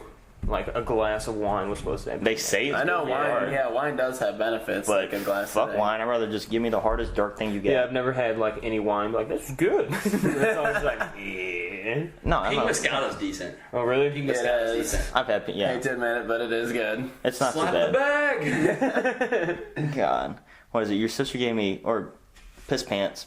Brenna. She gave me what is it? A drink of her sangria. Oh. I'm dying. You good? No, I was dying for a second. When Demon came back up, he just was talking about it like, ooh, made the stomach turn a little bit. Sangria, it was coming back, you know. No, what is sangria? I know it's like wine. I have no idea. I just drink the stuff. I don't know. It's always good, whatever it is. Yeah, sometimes it's got some fruit pieces in it. See, I can't drink wine 'cause I feel like it's too sweet. Like over time, it's too sugary. Like, you know what I mean? Get drunk off of it, you're gonna wake up with the biggest hangover. You can feel like asshole. Life. Yeah, you just popped out of a newborn ass. If it came out, I think it's too much. I wouldn't be able to take it. That's why I like my hard alcohol. Nice and easy, good on you. You get you drunk quick. No one can hang. It's the job done. Oh, it does. You have that, and you have some food with you. You're all good. Those tacos yesterday was really good. Mm-hmm. Tacos saved everyone from dying. Tacos saved me from dying. It did. And I was giving your sister a bunch of shit over that. Was it Pico de Mayo? Pico de Mayo? What are you talking about? Did I say Pico de Mayo? Yes, you did. Pico de Gallo? I mean, it's sort of the same thing. Wait, now I don't know if I... Yeah, you Pico de Gallo. Pico de... All right. I'm saying it right? What, Pico? Yeah, you're the judge here. How do you say it? Pico de Gallo. Pico de Mayo? I've heard of Cinco de Mayo. That's what I'm thinking of right now. What are you guys talking about? The bowl, it's like a bowl of chopped up onions, tomatoes, cilantro. And other things. I think a lime's in it, ain't it? It's like salsa, but like... Yeah. Pico de Gallo? Just all the chunks from the salsa, but without the sauce. Yeah, it's a Pico de Gallo? The sauce is the best part. I know. What is it? I think it's... Pico de Gallo? I think we're saying it right. I have no idea. I bet somebody's gonna hate me. Like, you can't speak Spanish. You're like, yeah, fuck that guy. Like, I don't know. Whatever it was, I was giving your sister a bunch of shit about it. It's alright. What? So none of us can English, it's alright. You can't English. You less English than better. Better than best English. Exactly. Yeah, that's pretty much how it goes here. Google Translate for everything you need. So. I mean, it's pretty relevant. So if you guys could strategically place 10 nipples on your body, I came up with this question all 10 nipples? by myself. I got this. Anywhere on your body, where would you put 10 nipples? All Okay. 10 under my feet. Does anything... Damn. Even the two up here? Are we including these ones? Oh, wait, yeah. It Are would we be including painful. the ones that we already have? No, 10 additional. Wait, that would be painful because they got hard. You'd be stepping on hard nipples. Ooh. You ever thought about... What if Nipples somebody... are pretty sensitive too. Yeah, what if your nipples got hard and I just start stepping on it? Okay. Would it hurt? I Probably may would have hurt. spoken too soon. You're You gonna speak go too one in soon. the middle and the rest down the sides. Down the sides? Mm-hmm. Side nips? Side nips, exactly. Got side nips for days, boys. Can you make a design out of nipples? I mean, you could if you get a tattoo. Or Or, like- if you want to arrange them a certain way, I Yeah, bet. make a design. I want to make a design. Where would you put your 10 additional I don't- nipples? I don't know. Honestly, I came up with the question, but I haven't put any thought into it. I didn't expect to have to Not answer on it. my ass. Somebody said that before.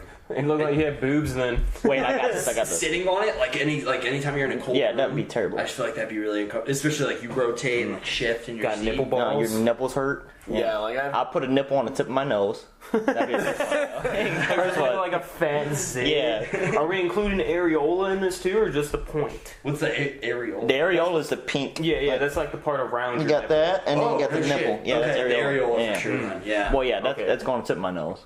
Okay. I'll be honest with that. I don't know, maybe Yeah. back my eyelids. So it's like close my eyes. You wouldn't ever really be able to shut your eyes because the nipple.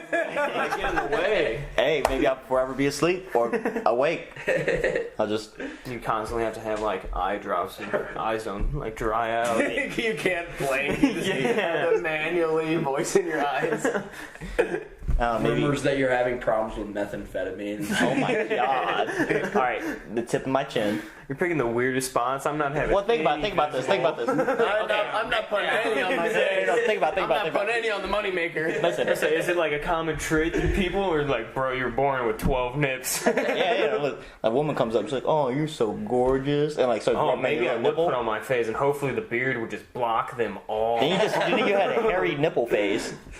You just be hairy nipples. I already got the hairy nips, bro. It's all right. I feel like it would be on my back. I feel like I put them on my back. And I feel like this sits. I'm gonna be able to do it. Yeah. I don't know. Maybe back of my kneecaps. Back your nips again. Picking the weirdest spots. The tops of your feet. Maybe. I'll go to the pool with some water shoes on. I want to say There you Don't go. go out in the sun. You get your nipple burnt. Sounds like a bad day. Or like the upper thigh, maybe. That'd be. Yeah. But just imagine getting kicks on the upper thigh and smashing on your little nipples. Nah. Your nipples will hurt. Imagine or if you played a punched on your sport. nose. What? Yeah. Okay. Yeah. Yeah. We're gonna remove these because that's gonna hurt. But like, if somebody like you had like a bunch of nipples on your leg and you played a sport, let's say I don't know, you got kicked, or let's say I don't know, football. Somebody just came in. You could even go MMA. Well, that's what I'm saying. That's why you said kick. But I'm saying if you played any other sport. Oh, nipple number 5 through 7. Maybe. Would you get those nipples pierced? Oh.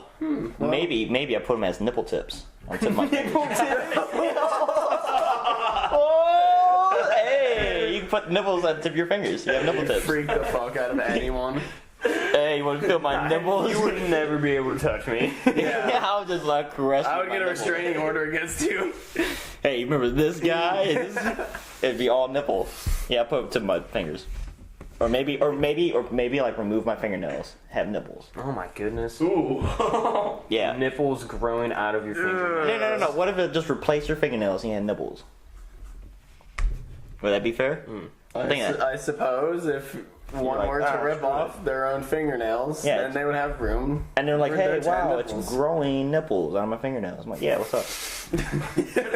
Advantages you would have in I was life. thinking like maybe Going into the circus. Yeah, if you have 12 nipples, you better be in the circus. You could go to raves and do like the hand thing. Oh, with all the nipples? Yeah. no offense to anyone with 12 nipples. We all love 12 nipples. All love. Or you take your 10 and you just make a little smile and you have the eyes already up. You just have a smiley face on your I might want that. chest and Or stomach. what if you just made big nipples? What if you had like multiple nipples like, around what your if you other Like a ring of nipples around your already nipple? Yeah. You just have 2 mega nips. Yeah. Mega You nipple. stack them all to create a giant one. You look like a cat that had too many kittens. You have a nipple cluster. A washed up cat. Exactly. Yeah, I'm going with a nipple cluster. Nipple Clustered nipples. Right on my other nipple. Yep, it'd just be all around. Play connect the dots with them. Yes. It's like, so anyways, you take your shirt off at a party. Wow, you want to show my nipples? You're like, wow. Want to see my huge nips? From far away, it looks like one big nip. It's like, Huge nips. Huge You get invited to every party just so people can start the chant. So, Yeah. like, you know how people have like whenever they're wearing like those like what are they? They're like kind of like adult onesies, but they have like that ass flap. Oh, you just yeah, have them yeah. right here for your nipples. Just Velcro them down. Let's get the party started. I'm definitely getting all of them pierced. All 12 of your All nips. 12 nips are getting pierced. I don't know. I've accidentally cut my nipple one time, and that hurt like a bitch, dude. Remember me telling you about that? Fuck ton of nerves. I don't know how getting Yeah, people remember get their talking about nipples that? pierced. What was it? Like, one time I was shaving. I barely nicked mine. Yeah, and I was it hurt shaving. for like and 4 days. I know, and then you like barely touch something and it hurts. Mm-hmm. Yeah. It rubs on your shirt and it hurts. Like, I don't know how girls get their nipples pierced. Same fun fact. I love it though. Yeah, it is fantastic. But I'm gonna say it's hot. No. you can't say no. But same fun fact, my psychology teacher in college, he said his best friend got Jacob's ladder. Going up his dick, which is like where you get multiple piercings at the bottom of your dick. Well, going I up. definitely don't know what this is based on your reactions. I'm gonna say Jacob's ladder. So like I said, it's this your is your dong, You don't want and it's like One there. Not at the top. It's at the bottom. Going through the like metal bars that go through. So if you ever seen right through your urethra, yeah, basically. I don't know exactly where, but yeah, basically all the way up to the head. So yeah, and he told us a story. Tip, like anywhere on there, you just have multiple bars like that. Disgusting. And if you took them out, then you'd be peeing out of like. I don't know if that's how that works. I don't know. But yeah. But anyways, he told the class that, and I thought it was hilarious. He said him and his friend got matching. No, they went. I guess got something to eat somewhere. I can't remember what it was. I think it was like Panera or some shit. And he's like, "What is that jingling in your pocket?" He's like, "You got any change?" Like, "No, I ain't got no change." He's like, "Why you keep jingling?" It's like, "Well, I got my dick pierced multiple times." That's how he found out. Can you use it at that point? Yeah. Apparently, it's supposed to be more pleasurable, but the women I talked to said, for "Fuck who?" no. I'm wondering how far the bars stick out on each side. I don't know. Like if you got a, I don't know. Like when you're soft, like would it just be sticking out the edge? And at one point he also said he almost got it stuck in his zipper. Oh. Imagine that. Yeah. But that was Imagine going through the airport. Hey sir, what is that? I swear it's not a gun. Just my dick. Just my dick ring. So wait, would your dick permanently be stretched out? I mean, like if you go soft and like all the bars will like hit each other, shrinks and they're all just touching. Yeah, they're all hitting each other, and then you just have permanent like. Probably, I guess that's how we heard the jingling. It was funny as shit. I had no idea. I just thought it was funny because you told the class that. And I was like, well, I didn't want to know that about your friend, but okay. Right. I guess, why not? Another funny thing, too, is that there's this kid in class. Her pet ferret died, so she put it in the freezer to save it. You told me this yesterday. What? Yeah. Yeah. Put it in her freezer and saved it for a couple years. And our psychology teacher stopped and looked at her and was like, are you okay? Is there anything you need help with? And she's like, oh, no, we're fine. We just really love him. We just don't want him. No, you guys. Something or other. It was the weirdest thing. That much. You know, you could always get him stuffed. You don't have to keep him in your freezer. It's just like it's not. It's like just not accepting that. No. Like acting like it's still alive. Yeah. Because you have the body. No, he was saying jokes and he's making fun. I was like, that's so mean. He's like, so do you have it next to the popsicles? He's like, so when you reach into a popsicle, do you actually touch your dead ferret? Every time she has people over, be like, you have to say hello to Charlie. Oh, I would get the hell out of that house real quick. It's like a potential like new girlfriend. It's like, all right, nice meeting you. Yeah, Very goodbye. cool meeting you. Just gonna go ahead and delete and block this number. I wonder why she told the class. I don't remember. I have no idea why she told the class that. Not right. No, everybody was quiet. She's like, yeah, my pet ferret's still in my freezer, and nobody could take it. We could not. We just couldn't do it. She starts like cheering up in class. It's like, what triggered this? Like, it's like, oh my god, I have problems. Oh my god, that's, I don't know. It's messed up. Yeah, I don't know if that'd be a deal breaker if I was like meeting a girl and like that was the thing, but it would definitely be a red flag. Oh yeah. Oh no, it's a deal breaker. Like if I see a dead animal in your freezer, Taylor Swift or Melanie Iglesias, like, we'll ride this. Yeah, we'll ride this wave out. That reminds me something kind of not as fucked up. It's kind of fucked up.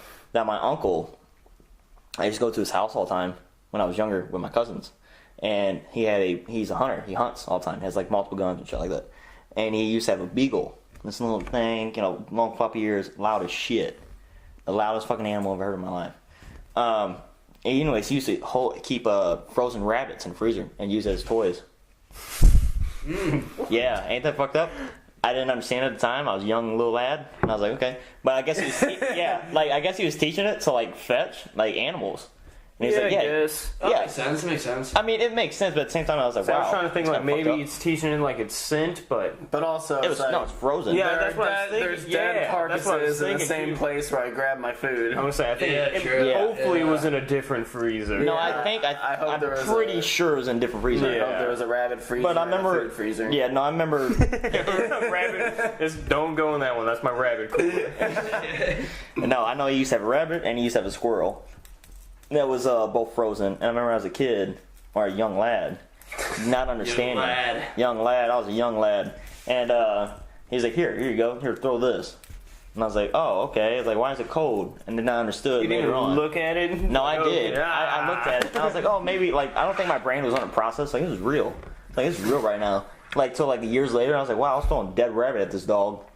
Like the eyes was like glazed over. I'm like, yeah, this is really this. My this little self alive. would not have touched that thing. Like I'm not throwing that. Well, I don't know. I was like, here you go. I was like, okay. That was always a deal breaker for me. Like I always wanted like a pet snake growing up, and then I'm like, yeah, you put the dead mice like in the freezer. Like, you said, next to your food. Like, nah, I'm good. I used to have a gecko, and we used to give it like little pink mice. Little baby mice. Oh, they eat mice, really? They did. They ate. It was little baby mice and stuff. They do. They eat crickets, and they ate like crickets. I know it died because we gave it like a spider cricket. What? Have you ever heard of that? Spider cricket? Is that like a cave cricket? I don't know. Are they like it is. This 3 thing, times the size of a normal cricket? it's huge, and it has 6 legs, and this thing will It has fly. huge antennas and they hop super high. Yes, I'm pretty sure it's the We same used thing. to have those in our basement, and dear God, I would have a heart. Yeah. Yeah. Oh, those back legs are huge. My basement Yeah, used to be it was one of infested with those. these things. They're really big, and remember we used to give it to our gecko, or not on purpose. They can hop so high. They would jump at you. Too. Yeah, they would They fly. jump towards you. Yeah. Kamikazes. Yeah, look at those No, yeah, monster seriously. back legs they have. No, they are. Again, and at first it looks like a giant spider when it's crawling. Yeah. Yeah, So, that anyways, like fourth one looks straight up like a spider. yeah. So we gave it. Yeah. We used to give it like little pink mice, and at one time it got a hold of one of those, and it died from it because it was like stuck in its stomach. It was too big. That's something different. That's gross. I don't know what that that's is. creepy looking. Yeah, but ate one of those and died. Too much cricket. Too much. Well, that's a really good picture of a cricket. That is a pretty good That's a picture. professional picture. Wow, Yeah. I'm impressed. God, those things just. Those things are creepy. You know, They they will gross me fly out, dude. up, and you can like smack them. Seriously. They would jump so high you can like swat those things out of the air. I'm just imagining going like back to a high school reunion, like, hey, how you been, man? What have you been up to? Now I actually take pictures of crickets in a professional environment. Professional cricket taker. God. What if you had to raise crickets? What if you had like a cricket farm? You're getting no sleep at night. They're going crazy out there. They need these crickets. I'm the only one to do it. No one else raising crickets. You have a little cricket farm. Yeah, poor little gecko. Also, you have like 2 little beta fish, and then we found out that you couldn't put like Put them in the same tank. Yeah, and they kill each other. One has to be dominant. But Yeah, they that both was want to be sad. dominant. That was a very sad day. I was like, oh.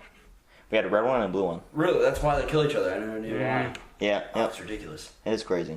So I heard like a story once, like it seen itself in the reflection and it just slammed into like its own. Oh my glass God. bowl, and it killed itself because it thought it was another one. Like what the? I'm gonna hell? break my skull. Trying to get to Yeah. it. That's crazy.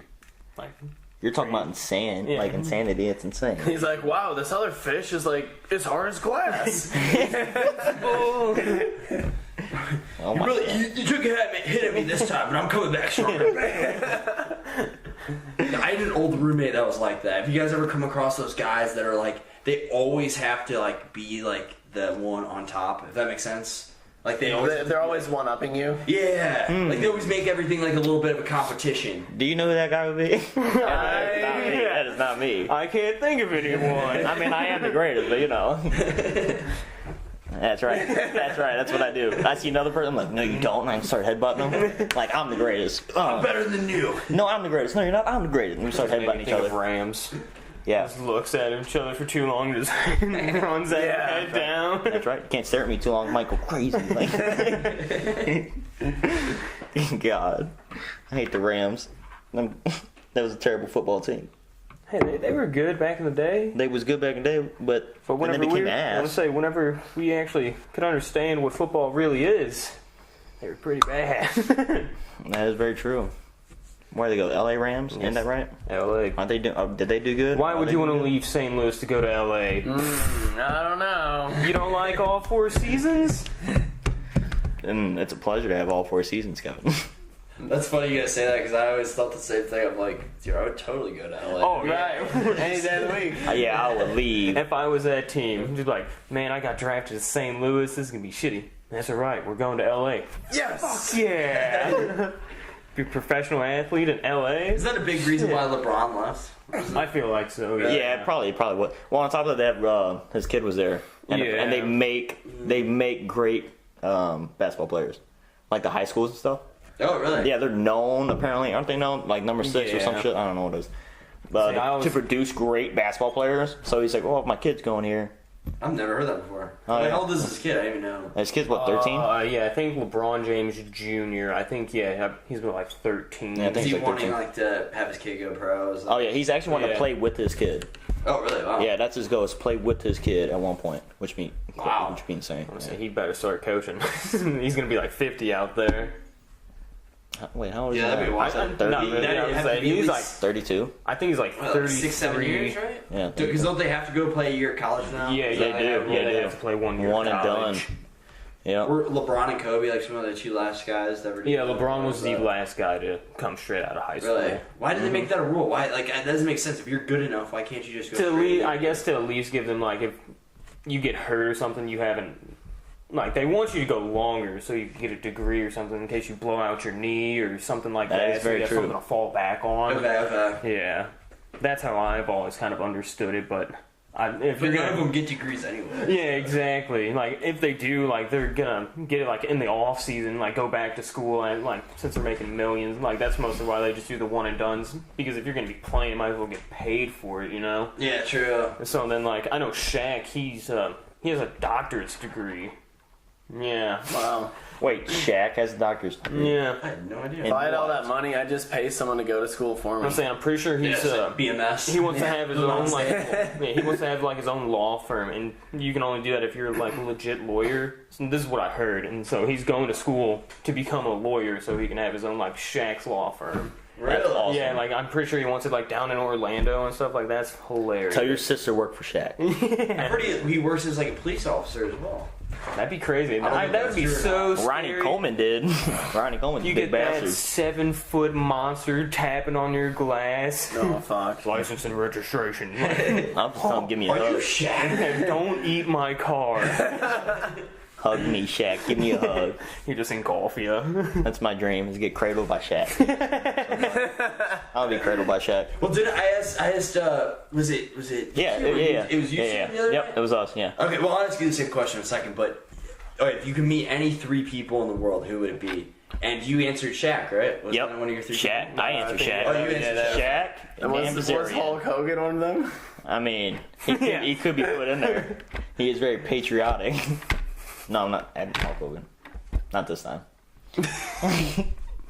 No, I'd probably say Shaq. Want to meet Shaq. Maybe Dan Bilzerean. Now that I really think about it. Like, just imagine how crazy of a life he played. cool. It'd be crazy life. Like a normal day for him is like the best day you've ever had in your life. Yeah, exactly. You can tell he's sitting there, he's like, I enjoy my life, kind of bored. Like, he's not always happy. He's like, yeah, pretty good life. Yeah, just woke up on the yacht. Exactly. Only 17 women are in my I would bed. say, like, Only at fucked worst, he has 17 5 of them. women walking around. Yeah. One of my helicopters in the shop. am I gonna Gotta do use the today? backup chopper. What am I gonna do today? I don't know. I did it already. I guess I'll fuck 5 more women. Whatever. I don't know. Yeah, maybe Dan Bilzerean, just because I just want to know his experiences. That'd be crazy. It'd be insane. What is it like to have everything? Yeah.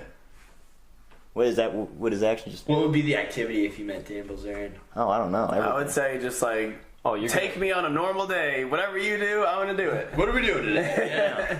But Are we going skiing? we're Are we going to the shoot Bahamas? missiles. Are we fucking Probably blowing doing shit it all. up? Yeah. Are we applying beard cream? All of the above. I want to apply beard cream. All of the above for Dan, Of course. a.k.a. me. He would be a cool person. Man, he'd be crazy. It'd be insane to me. So who would your 3 be, Kevin? I don't know. That's honestly a tough one. This is a hard question. It is hard. Yeah. The other night we made it just people that are alive, right? Just make it easier. Yeah, just make it easier. There's Make so many somebody's people that mind. are jealous. Oh, for real. There's so many crazy people, amazing people. I don't know. I had another one. We all agreed on Joe. I mean, Joe Rogan. Yeah. Yeah, of course, Joe Rogan. Joe Rogan's awesome. He has a crazy life too. Joe Rogan's just awesome. I don't know. Maybe Bert Chrysler. Bert, the Bert? machine. Yeah. The Because machine. he got popular from being a party animal. How crazy would that be? Just party his whole life? Yeah. Not popular. Yeah. I can do You'll whatever I never want. get anywhere partying all the time. It's like, oh yeah. Look at me now. I'll Partying show and you. telling jokes for a living. Yeah, that'd be Never gonna happen, guy. Look at him now. Jesus Christ. I don't know. Who else would I meet? If I had another choice to meet. Think of somebody. Oh, maybe Conor McGregor. You crazy bastard. Yeah, I think you said that. Yeah, I did last say time, that. too. Yeah, Yeah, I think it was honorable mentions. I don't know. I may put him in there. I don't know yet. I haven't decided. It's a hard question too because there's so many people. Like, there is so many. You might answer 3, and then like 3 other people come up to your mind. You're like, oh. So many crazy people. I don't know. I feel like they're all guys. I need a female in there. Too many wieners. Gotta consider the ratio. Gotta consider the ratio. I was gonna meet Alexis, Texas. Alexis, Texas. I know you're more than just an ass. Let's have this deep conversation. Yeah. What books have you read recently? What great That'd be books? so weird asking like normal questions. Oh my Come to God. find out she writes books and shit. That'd be crazy, Super wouldn't it? intelligent. There is a porn. I don't know which porn star, but there's one that's apparently very like well known for being like pretty smart. Like she like reads all the time and. Okay, what, is it Mia Khalifa? I don't know. I don't know. Her name crossed my mind whenever I was saying that, but I feel Yeah, like because I seen like her glasses, and I always like associate glasses with smartness. That's just, that's terrible. Stupid. It is terrible, but it's the truth. I'm like, it is, yeah, you know. I I'm don't gonna cheat off this guy. He's got glasses. it is terrible, but for some reason I'm like, wow, he's a genius.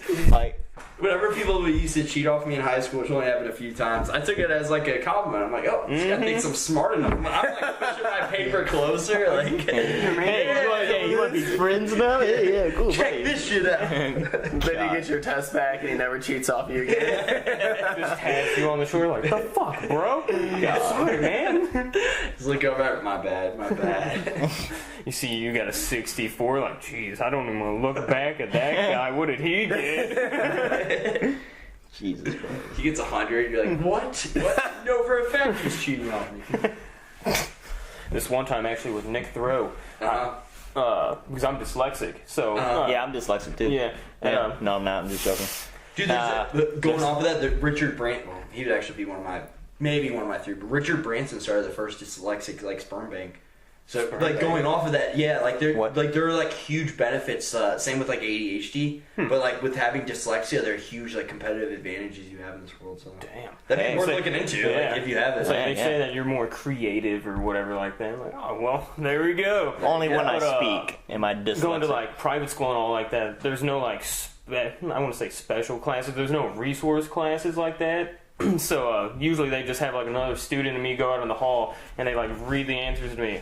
And I literally just looked off his paper and like from some of the answers, and then I would fill in the ones that I thought I knew, and I ended up getting a higher score than he did. Oh, yeah. That's awesome. It's good stuff. He's like, what? I gave you all of these. That's exactly. I'm like, like you looked off mine for 90% awesome. of this. Like, yeah, well, I looked over some of them. Like, that doesn't sound right. Hey, I'll look that up real quick just because I'm curious. I only read like a quick article. So yeah, I've never seen that. Dyslexia. I'm gonna say they made dyslexia one of the hardest words to spell too. That's funny. I literally had to Yeah, talk to the my irony. phone every time. Like, dude, that does not look That's right at fucking all. hilarious.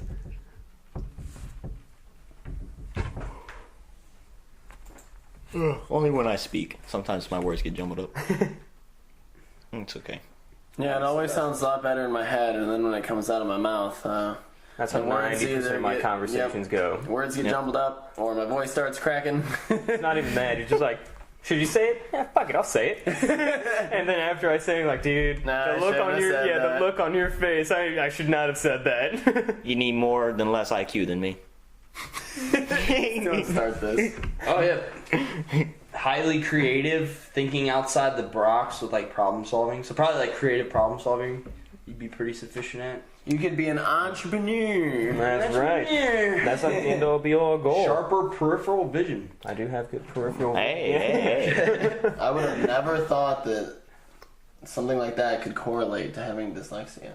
Yeah, same. Peripheral vision? Picture thinkers. What does that mean? People with dyslexia. Dyslexia. You just say dyslexia. People with dicks. Is like, In pictures rather than words. Yeah, that's true. Yeah. That's true.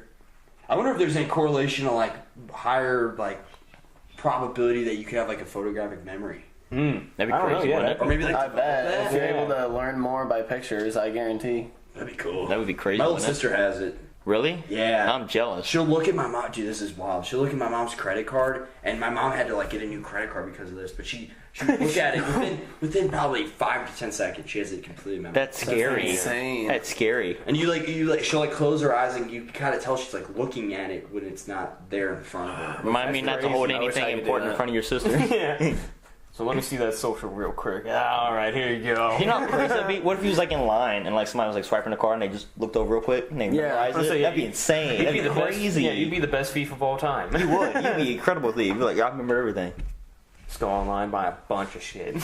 No, that'd be crazy. Crack codes real easy. Like, watch your fingers. Oh yeah, I know exactly what that code is. Improved pattern recognition, finding the odd one out, and seeing the bigger picture. I can see the odd one right now. Odd one out, odd one out. Don't shame me because of my disability. That's pretty dope though. That's cool. 2 bums. That is interesting. Yep. I just found that interesting because because Richard Branson's one. I think I don't know how rich he is, but I know he's really rich. Mm-hmm. And he also That's the guy who made Virgin Mobile, right? Yep, totally. And he has dyslexia as well. Apparently, he's a very interesting guy. Mm-hmm. But he started the first dyslexic sperm bank, and like whenever I like read that, I was like, there must be benefits then. Yeah, right. That's wild.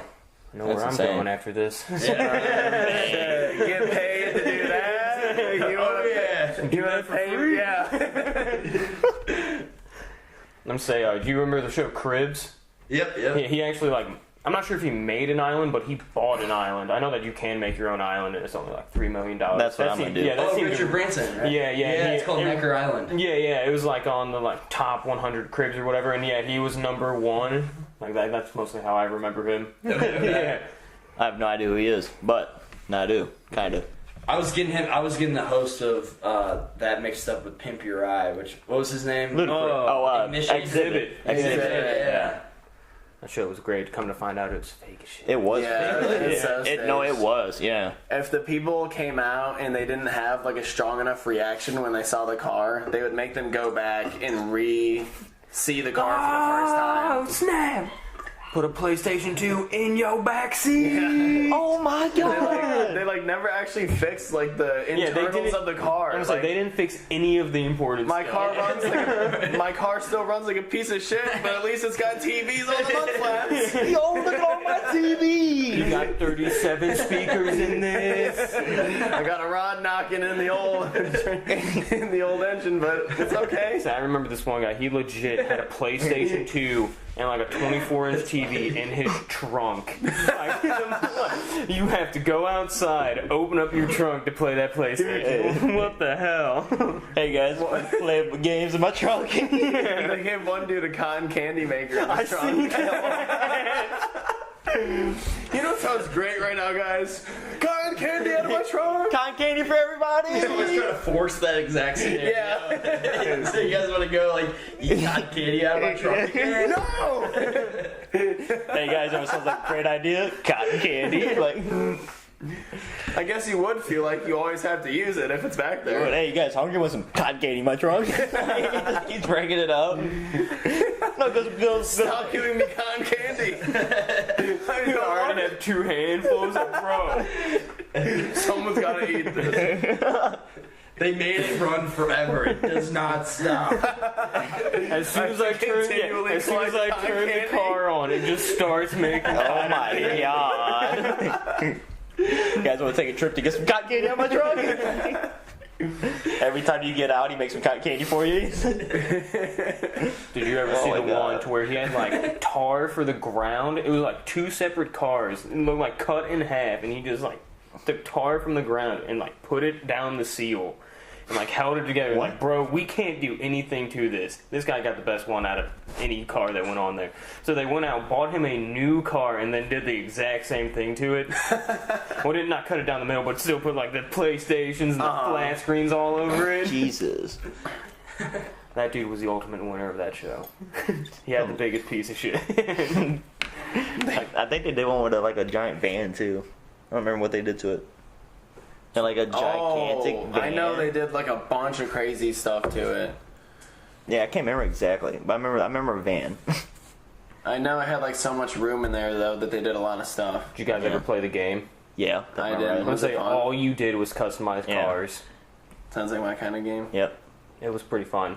There was a lot of hate on it, but I always liked the need for speed in those games, customing your car. Yeah, you couldn't really race them or like drive them or anything like that, but you could just pimp them out. I miss the car customization options they used to have in racing games. Oh, I you ever play Midnight Club Dub Edition? Yeah. Oh, yeah. That's the greatest one. You could literally customize everything. That game was so fun. Yeah. Very frustrating game. That thing, used to rage out. No matter what you did to your car, the opponents were always that much faster. Yeah. Yeah, slam into him a little bit. Yeah. Got a cop spin him. Take out that back wheel and just keep going straight. Reminds me of what Ryan used to say whenever time he gets rage out from video games. Oh, yeah. I won't mention that now. Yeah, probably. Well, I'll probably be safe for Ryan. It was very funny. I'll tell you a little later. Okay. It was hilarious. Yeah. Off the air. Off the air. Fresh no. God damn it. I used to like, what is that? Def Jam?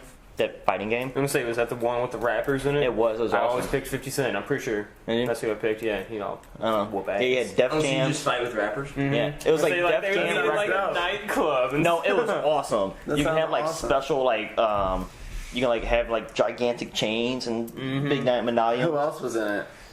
I don't know. Elephant Man was in it. I remember that. What's his name? Was it Fat Joe in Who would you there? Fat fight Joe with was in if it. you could choose, like, if that game was like modern? Who would you choose to fight with out of all rappers? 6ix9ine, yeah. He's gonna get slammed. I would do what James did and say 50 Cent.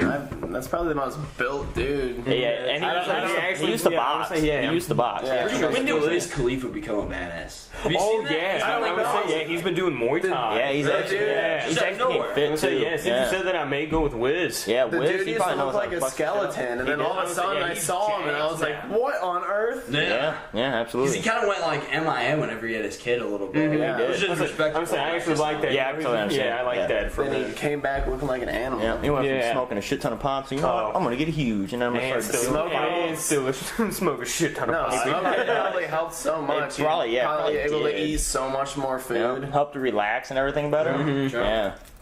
Yeah, that's why Nate Diaz. There's is no up way. there. I would say there's no way you can go into one of those classes stoned to the bone. No, there's this You kid. want me to do what now? I won't say exactly who, but I remember there was this kid who used to come in all the time. And he was pretty baked. He would come in baked. And he's like, yeah, it helps me remember better, so I can focus. It's like MMA classes. Yeah, he was actually really fucking good. I can see like if you're working on your form and stuff like that, but Oh no, actually like doing drills and stuff like well, that. I mean, like we would do like drills, as in like we would teach the moveset, right, and then we'll run it, and faster time. But like I said, he was able, like he was incredible. He was there since I was there, like maybe a little bit longer. But anyways, he disappeared for a long time and came back, and he looked like an Amish guy. It was incredible. I was like, he looked Amish. He did. I'm a stoner who. This dude was incredible MMA. looking. Yeah. Wow. He had a nice beard on him. Combination. It was really? amazing. He had a nice beard on him, and he has this. Might be too much, but I don't know.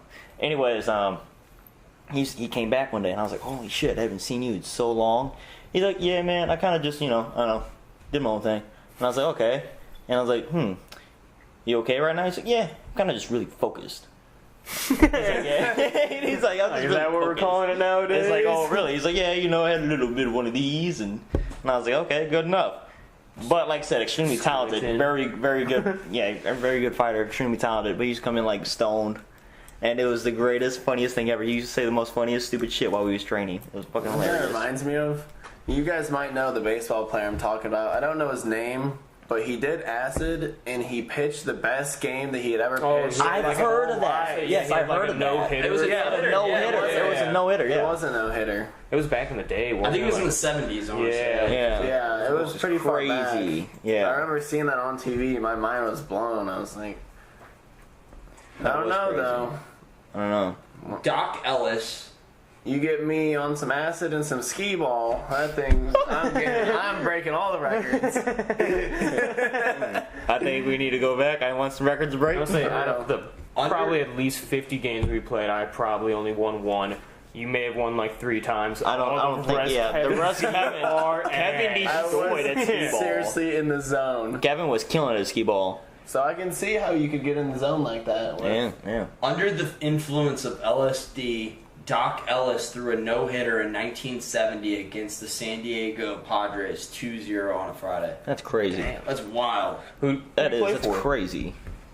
I'm not sure he played for. There was someone. So it was 1970 exactly. It's 11 o'clock by the way. If you guys, I don't know if you guys. Yeah, I was just checking real I quick. could use some food. Food would be nice because I am starving now. Maybe one more topic and we Totally. call it a podcast. You played on the Pirates, Yankees, Athletics, Rangers, Mets, and there was Pirates again. What was it? There was somebody that used to play baseball. He said every inning or every time he wasn't up to hit, he would go in the back and fuck somebody. Yeah, No way. I swear to God, you can look it up. He would have somebody to have sex with, just there to have sex with him. He would have like women in the back waiting for him, and every time in between innings, No way, whatever it's it was. different girls. No way, really. I don't know if it was all different girls, but I know he had some girl at least, and he would go back and have sex with them before he'd come back up, and he said it would make him do better. Between every single inning. I believe so. He said, yeah, every inning. I don't think it couldn't be every time he got done hitting. There's probably in between every inning. Dude, that's like the only sport you can do that in. That's I'm gonna go down to this dugout and stretch out real Really stretch out. Yeah, but it was like, you have somebody in the back, you go in the back, have sex with them, come back out, That is and hilarious. you're ready to go. I'm like, well, I mean, I guess do your thing. That would make sense as a pitcher, like relieving tension, maybe. Mm-hmm. Yeah. Possibility. I don't know. Get your mind back where it needs to be. Yeah, maybe get too exhausted though. You're like, I don't know if I want to pitch anymore. I just want to sit down, have some food. That almost sounds superstitious. That It does. Yeah, Yeah. that does sound superstitious. Maybe it was. Who knows? Maybe just If he fucking was was a horny pitcher, he dog. was trying a lot harder to get them outs. It fucking was. It's like, hey, Trying to go back and get some puss. hey, who knows? Maybe encourage them. I'm gonna strike these guys out. Go back. Fuck this woman. Come back out. I'll be all good to go. That's Where did I see that from? I don't remember. It might have been on the like extent people will go to something around. do well, Right. in their sport. Oh yeah. The superstition some people have won't wash their socks and shit the entire season. Yeah. Good luck, bro. Underwear upside down. Yeah. guys It's good know. luck, man. It's good luck. I did good one time wearing these socks, so they must be lucky. Exactly. And washing them must make them unlucky.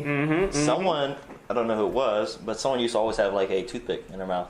Let's say Benson When he was Henderson doing used to something. fight. Yeah, with that's the what it was. toothpick. Ben Simpson used to do that all the time. He used to have the toothpick in his mouth. That's what it was. It was him.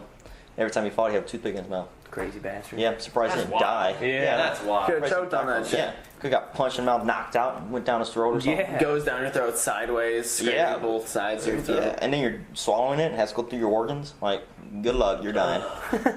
Yeah, luckily I don't think he got killed. I don't remember. Or like you're getting choked Nah. out, and it's like. I was saying, I wonder if he had a toothpick in his mouth whenever Anthony Pettis kicked him in the face off the cage. I don't know. I remember. That's the only time I can think that he truly got knocked out. Yeah, at one point I remember they said it came out of his mouth.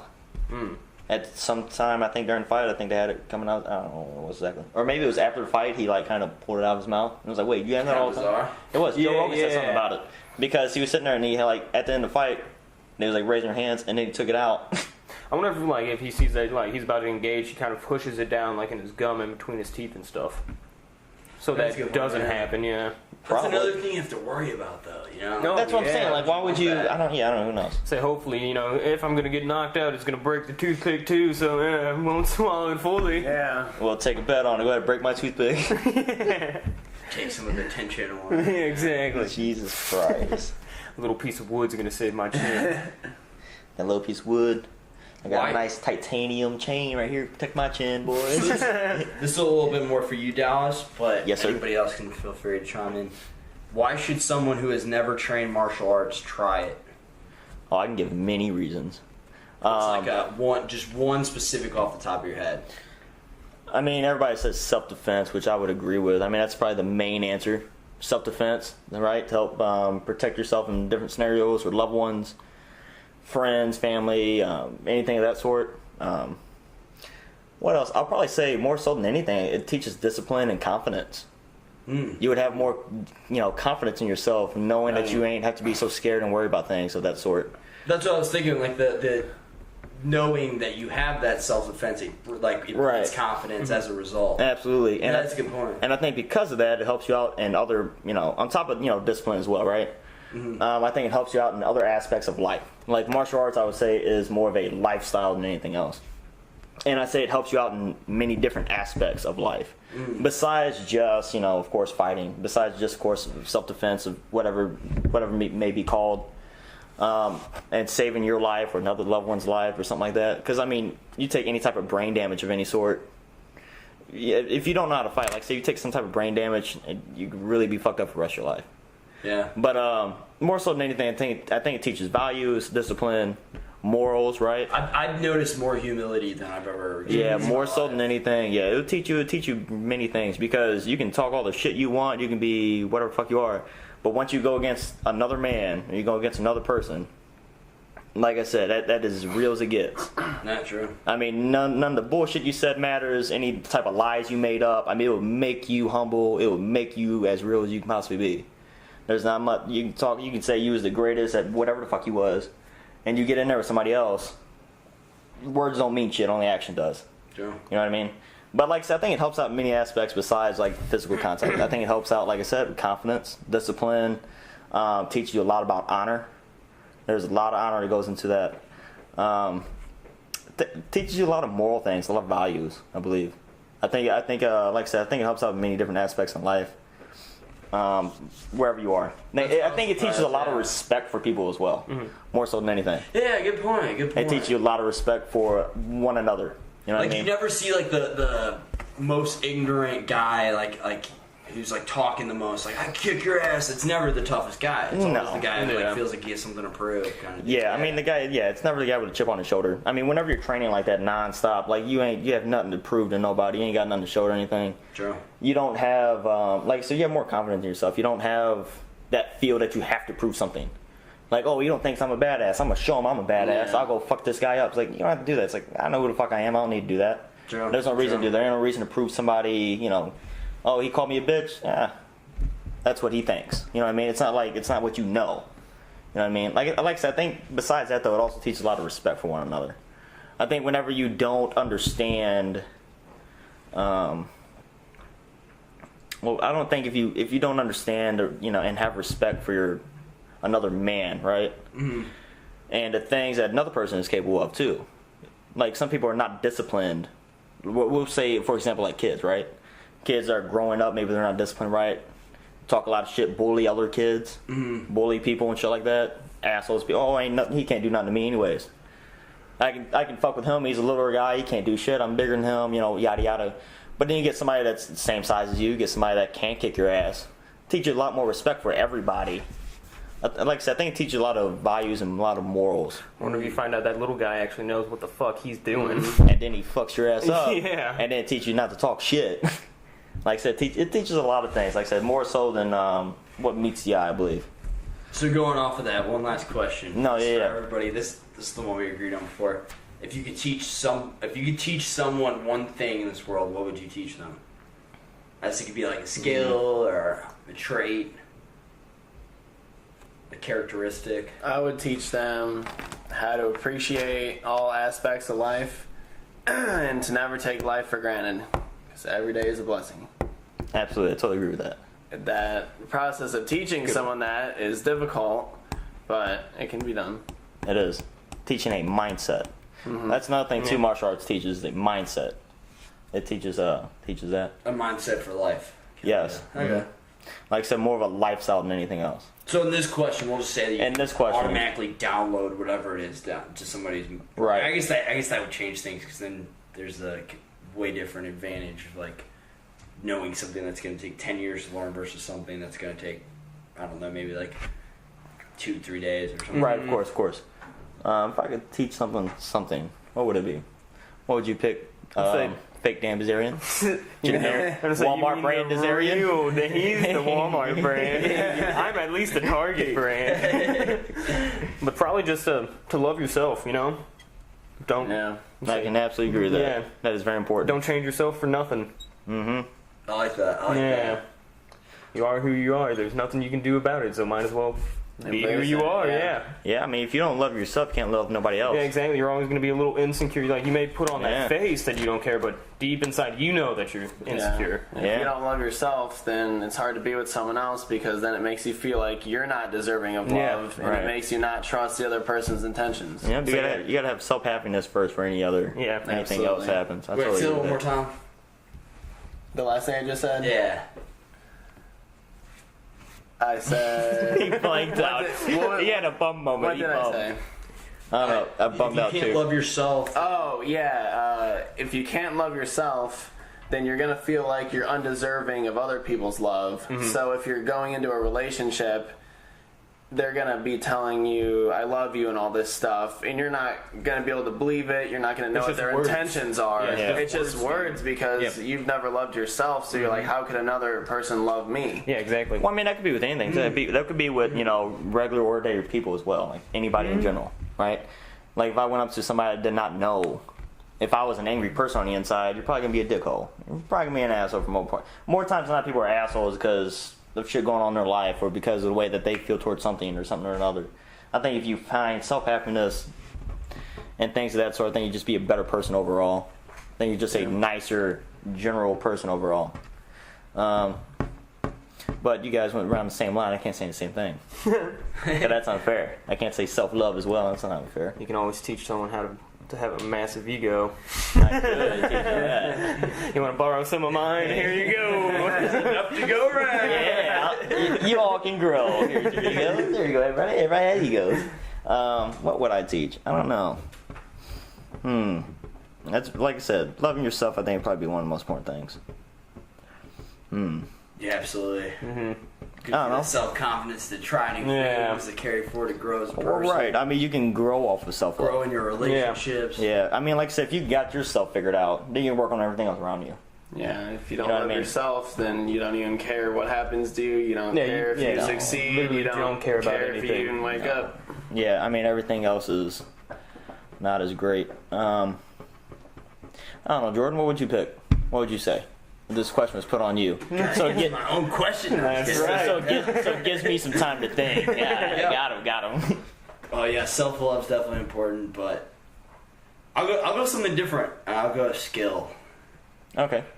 I don't know. There's so many cool skills that somebody. There's some amazing skills.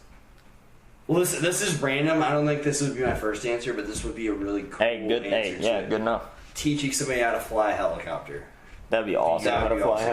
Do you know how to fly a helicopter? Oh, okay. You can get your helicopter license before you can get your actual license, driver's license. Yeah. I didn't know that either. So there's this guy. I remember when I was a kid. We can get one or the other. No, you can get your airplane license or your pilot license before your driver's license. Oh, wow, really? Yeah, I didn't know that either. And so I think it was somebody at it was me and my mother. We was at the doctor's, I believe, and I think it was somebody. I think it was what did he do? I think he was like airplane pilot or something like that. And he's like, well, son, when you grow up older. And he was like telling me, he's like, yeah, you should be a pilot, this and that. And he said, you can actually work on it right now. You can actually get your license right now. You know, Jordan Levere, right? He's been trying. Well, he stopped for a while, but whenever he was younger, he was like, he is now too. But he's trying to get his pilot's lice, and he did it whenever he was a kid. Yeah, that's crazy. I just came with my answer. All right. I think it'd be. Well, I think being selfless is very important. Absolutely. But I think this would be a result of what I'm going to say. So I think it'd be, because I've realized that empathy is a skill, and it's not like it's not something that's like innate necessarily. So I'd say probably empathy, and I think it's something you can get better at, being empathetic and like caring. And being able to put yourself in somebody else's shoes. Absolutely. Treating other people how you would want to be treated. Yes. The golden rule. Absolutely nobody does that nowadays. Yeah. No, that's the golden rule. That's what they used to teach us. We was in elementary school. The golden rule. Teach others how you want to treat selfishness, especially at this age. I feel like a lot of people are very selfish. And treat other people how you want to be treated. Absolutely. I think that's very important as well. Yeah. Yes, it is what you said. But it could also be, if they're an asshole, you can be an asshole back. That's essentially. But yeah, that's golden rule. Yeah. They teach you that when you're in elementary school, and I totally agree with that. There's a lot of people that don't do what? So now you're back on the spotlight. But also, if you're empathetic suck it up. and like somebody's treating you like an asshole, then you can like. No, absolutely. Understand. Okay, they're probably coming from a shittier. Oh yeah, no, absolutely. Yeah, you're being able to be more understanding. You can see why. Why people do the things that they do. I think I'll take that one. I think being more understanding. I think a lot of problems cause because people don't understand. Yeah. I think that's why there's more problems than not. So if I can teach somebody something, I'll teach them to be more understanding. That's what I'm trying to get better at myself lately. Is like if I get upset about somebody responding in a certain way, I'd be like, maybe I just don't fully understand what they're going through, or their circumstances or something like that. I think everybody acts a certain way for a reason. And everybody comes to certain conclusions for a reason. Like I said, even if somebody's not happy and like maybe they lash out on you, probably not because of you. It's probably because something going on in their life. And to understand and not take that personally, or to understand different sides and viewpoints of things, I think is very important as well. Something's like off inside of them, so they're going to project that onto you. Yeah, very possibly. I mean, like I said, if somebody's having very shitty days or dealing with extreme depression or something like that, anything of the sort, maybe they might lash out. Maybe they're not acting like their normal selves. And things may come out. Like I said, you can't take it personally. You can't say, oh, well, maybe that's because they're a terrible person. Maybe just because they're going through some shit. You know what I mean? That moment of time. Yeah, good point. Yeah. I mean, like I said, I think, being understanding of many things. Especially different viewpoints, I think is very important.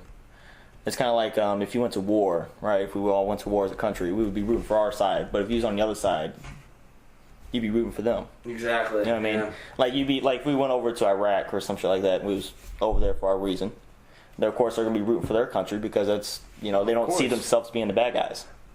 Right? Because we've demonized them as a whole. So the media. So it's country versus country. Right. So we think, oh, well, they're all bad. Well, they're not bad. They're not bad versus good. It's not that what it is. It's a gray area because it's so complex and complicated. Yeah. They see us as the bad guy, possibly. You know what I mean? They may have a good reason for that. Mm-hmm. Mm-hmm. But like I said, to be able to understand things more, I think is very important. To be able to understand people in general is very important. Oh yeah. Because like I said, more times than I think that causes what causes the most conflicts between people. Understanding something. Mm-hmm. Like maybe somebody is cutting you off or something, or driving a little too quickly. Well, fuck that guy. He's driving too fast. He cut me off. Maybe he was going home because he had an emergency. Right. Maybe something happened. Maybe his wife's in the passenger seat having a baby, and you don't know. And this guy just cut you off. And fuck him. He's. So you're saying we assume other people's intentions? Frequently. I believe so. To assume the worst. Yeah. Well, I know I do on the roads. I mean, I do the same. I can't say I'm a perfect person. Yeah. I do the same thing. But I try my best to understand, well, maybe he has a reason for what he's doing, right? Well, that's the point, is that we're all improving upon this. Which is important to, make an intention to improve upon. Oh, yeah, absolutely. Like I said, so if I could teach anything, it'd be that. Be able to help people understand things more. Whatever it may be. I mean, I think there'd be less conflicts. I think things would probably get...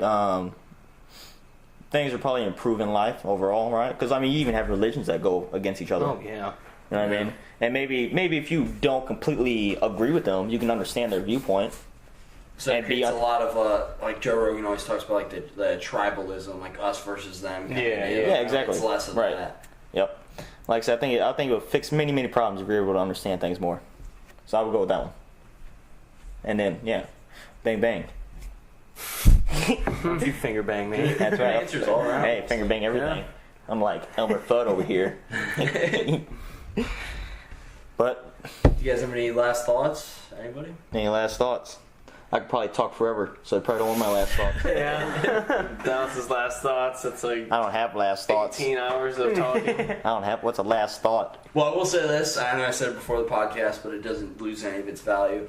The other night on 4th of July, that was like one of the best nights I've had this year. Well, hey, like I said, I'm glad you had a good time. I had some good nights this year, but that was just a total good time. Hey, I'm glad you had a good time.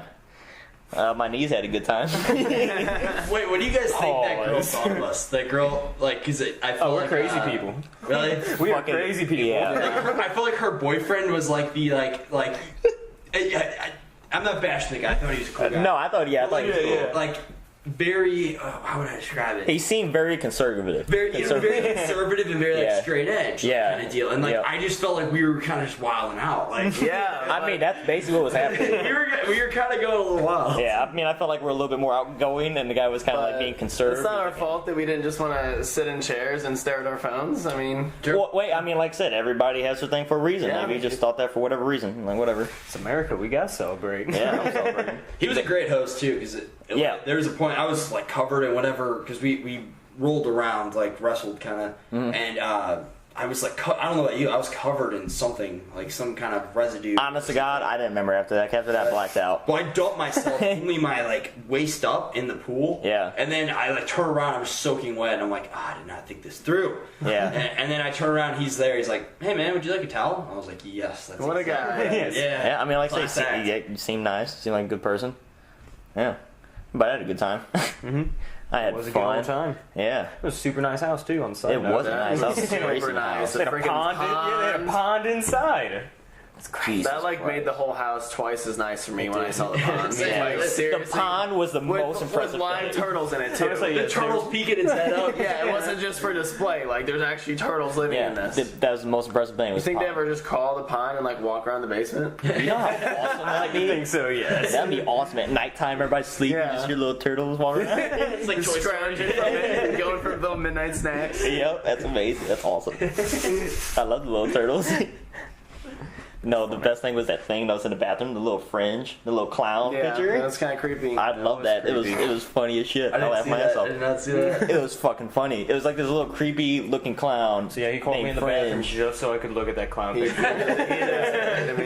Yes, that's right. It's one of those paintings where like you step to the side, you feel like its eyeballs are gonna follow you. Yeah, no, seriously, God. Ooh. No, his hands was up and his name was Fringe. It was so fucking creepy. It was friend or fringe? Fringe. Like this is. Wait, how did you? Was that your girlfriend's friend? Is that how you knew them? Yeah. Yeah. I've never met him before either, but I don't know. Sure, okay. Yeah, I've never Yeah, met I them. liked them. They were cool. That was fun. Yeah, I thought they was nice people. Like I said. like, I thought there was gonna be more people there, but I guess most people came during the day. Okay. Oh, was that what it was? Yeah. I was hoping for more women. Yeah, Because Gabby asked me. Her dad coming down was a lot, right? I was like, Yeah, that Yeah, was, handled it no. well. When he first came down, I was at the bar. No one else was inside. that And he sucks. came down, and I'm like, I'm gonna break the ice first. You're not gonna get me. I was like, hey, how you doing, sir? I was like, nice to meet you. I was like, you have a beautiful home. You do. What do you like? And you could tell he was trying to be nice, but in the back of his head, he's like, who the fuck are you? Like, he's like, oh, nice in my house. Yeah, basically, like he looked at me. He was like, are you real? He was like, well, nice to meet you. And I was like, he's like, what are you doing here? I'm like, oh, you know, your daughter invited us over. Before July, I appreciate you inviting us over and having us in your home. Mm-hmm. I guess he And he was like, oh, he's like, oh, okay. He had a little. He's like, oh, okay. Well, it's nice to have you. And then all of a sudden, she came in. The daughter came in. I don't know who it was. And they was at the door, and you could hear him starting to argue with her. And I'm at the bar. I'm like, oh shit. And he was like, hey, who are these fucking people in my house? He's like, well, he didn't say fuck. He was like, who are these people in my house? Why are all these people here? And she's like, Dad, calm down. He's like, no. Like you know you couldn't. Or it was like some shit like that. And I'm over at the bar. I'm like, whoa. The door's there and I can't get past it. And I'm like, this is really awkward. it's like that kid at lunch blocking you out of the door. No, seriously, it was. Yeah. So, anyways, like I was trying to walk towards the door a little bit, and he started to leave, and I looked at him. Because I didn't want to just like look at the floor. I kind of wanted to like embrace him, and like you know what I mean. Like it would have been like weird. I'm like I heard you guys argue, and like and he was walking past. I heard what you said. Yeah, it's like I know what you said. And like he was walking past. I looked at him. I was like kind of like wait, and he just gave me a dirty look and just. I bet because you heard what he said. Yeah, I was like I don't know what else. I was like I don't know. I don't know what to do. Yeah. As you guys are fighting, I'm just gonna make myself a drink right here. Yeah. And then I was like walking past, and she was at the door. I was like, "Excuse me, I'm gonna be out here." Like, that's when he came outside. That was funny as shit. It was funny. That's funny. Cool. That guy. That concludes this episode. Yeah, you guys have any last thoughts? Anything? Well, thanks for having us on. Yeah, appreciate you having us on. Yep. It's been real. Have to do it again? It has been fun. Hell yeah. Yeah, I didn't know if you guys enjoyed it or. Oh yeah, I'd be down for another one for sure. Really? Yeah. Had a good time. Hope everybody enjoys our stupidness. So, there you go. It's a treat to the world. You guys are thank you. That's right. You can thank me later, however you want to thank me. There's that ego again. Yeah, that's right. Thank me however you like. Well, bye. Have a good one.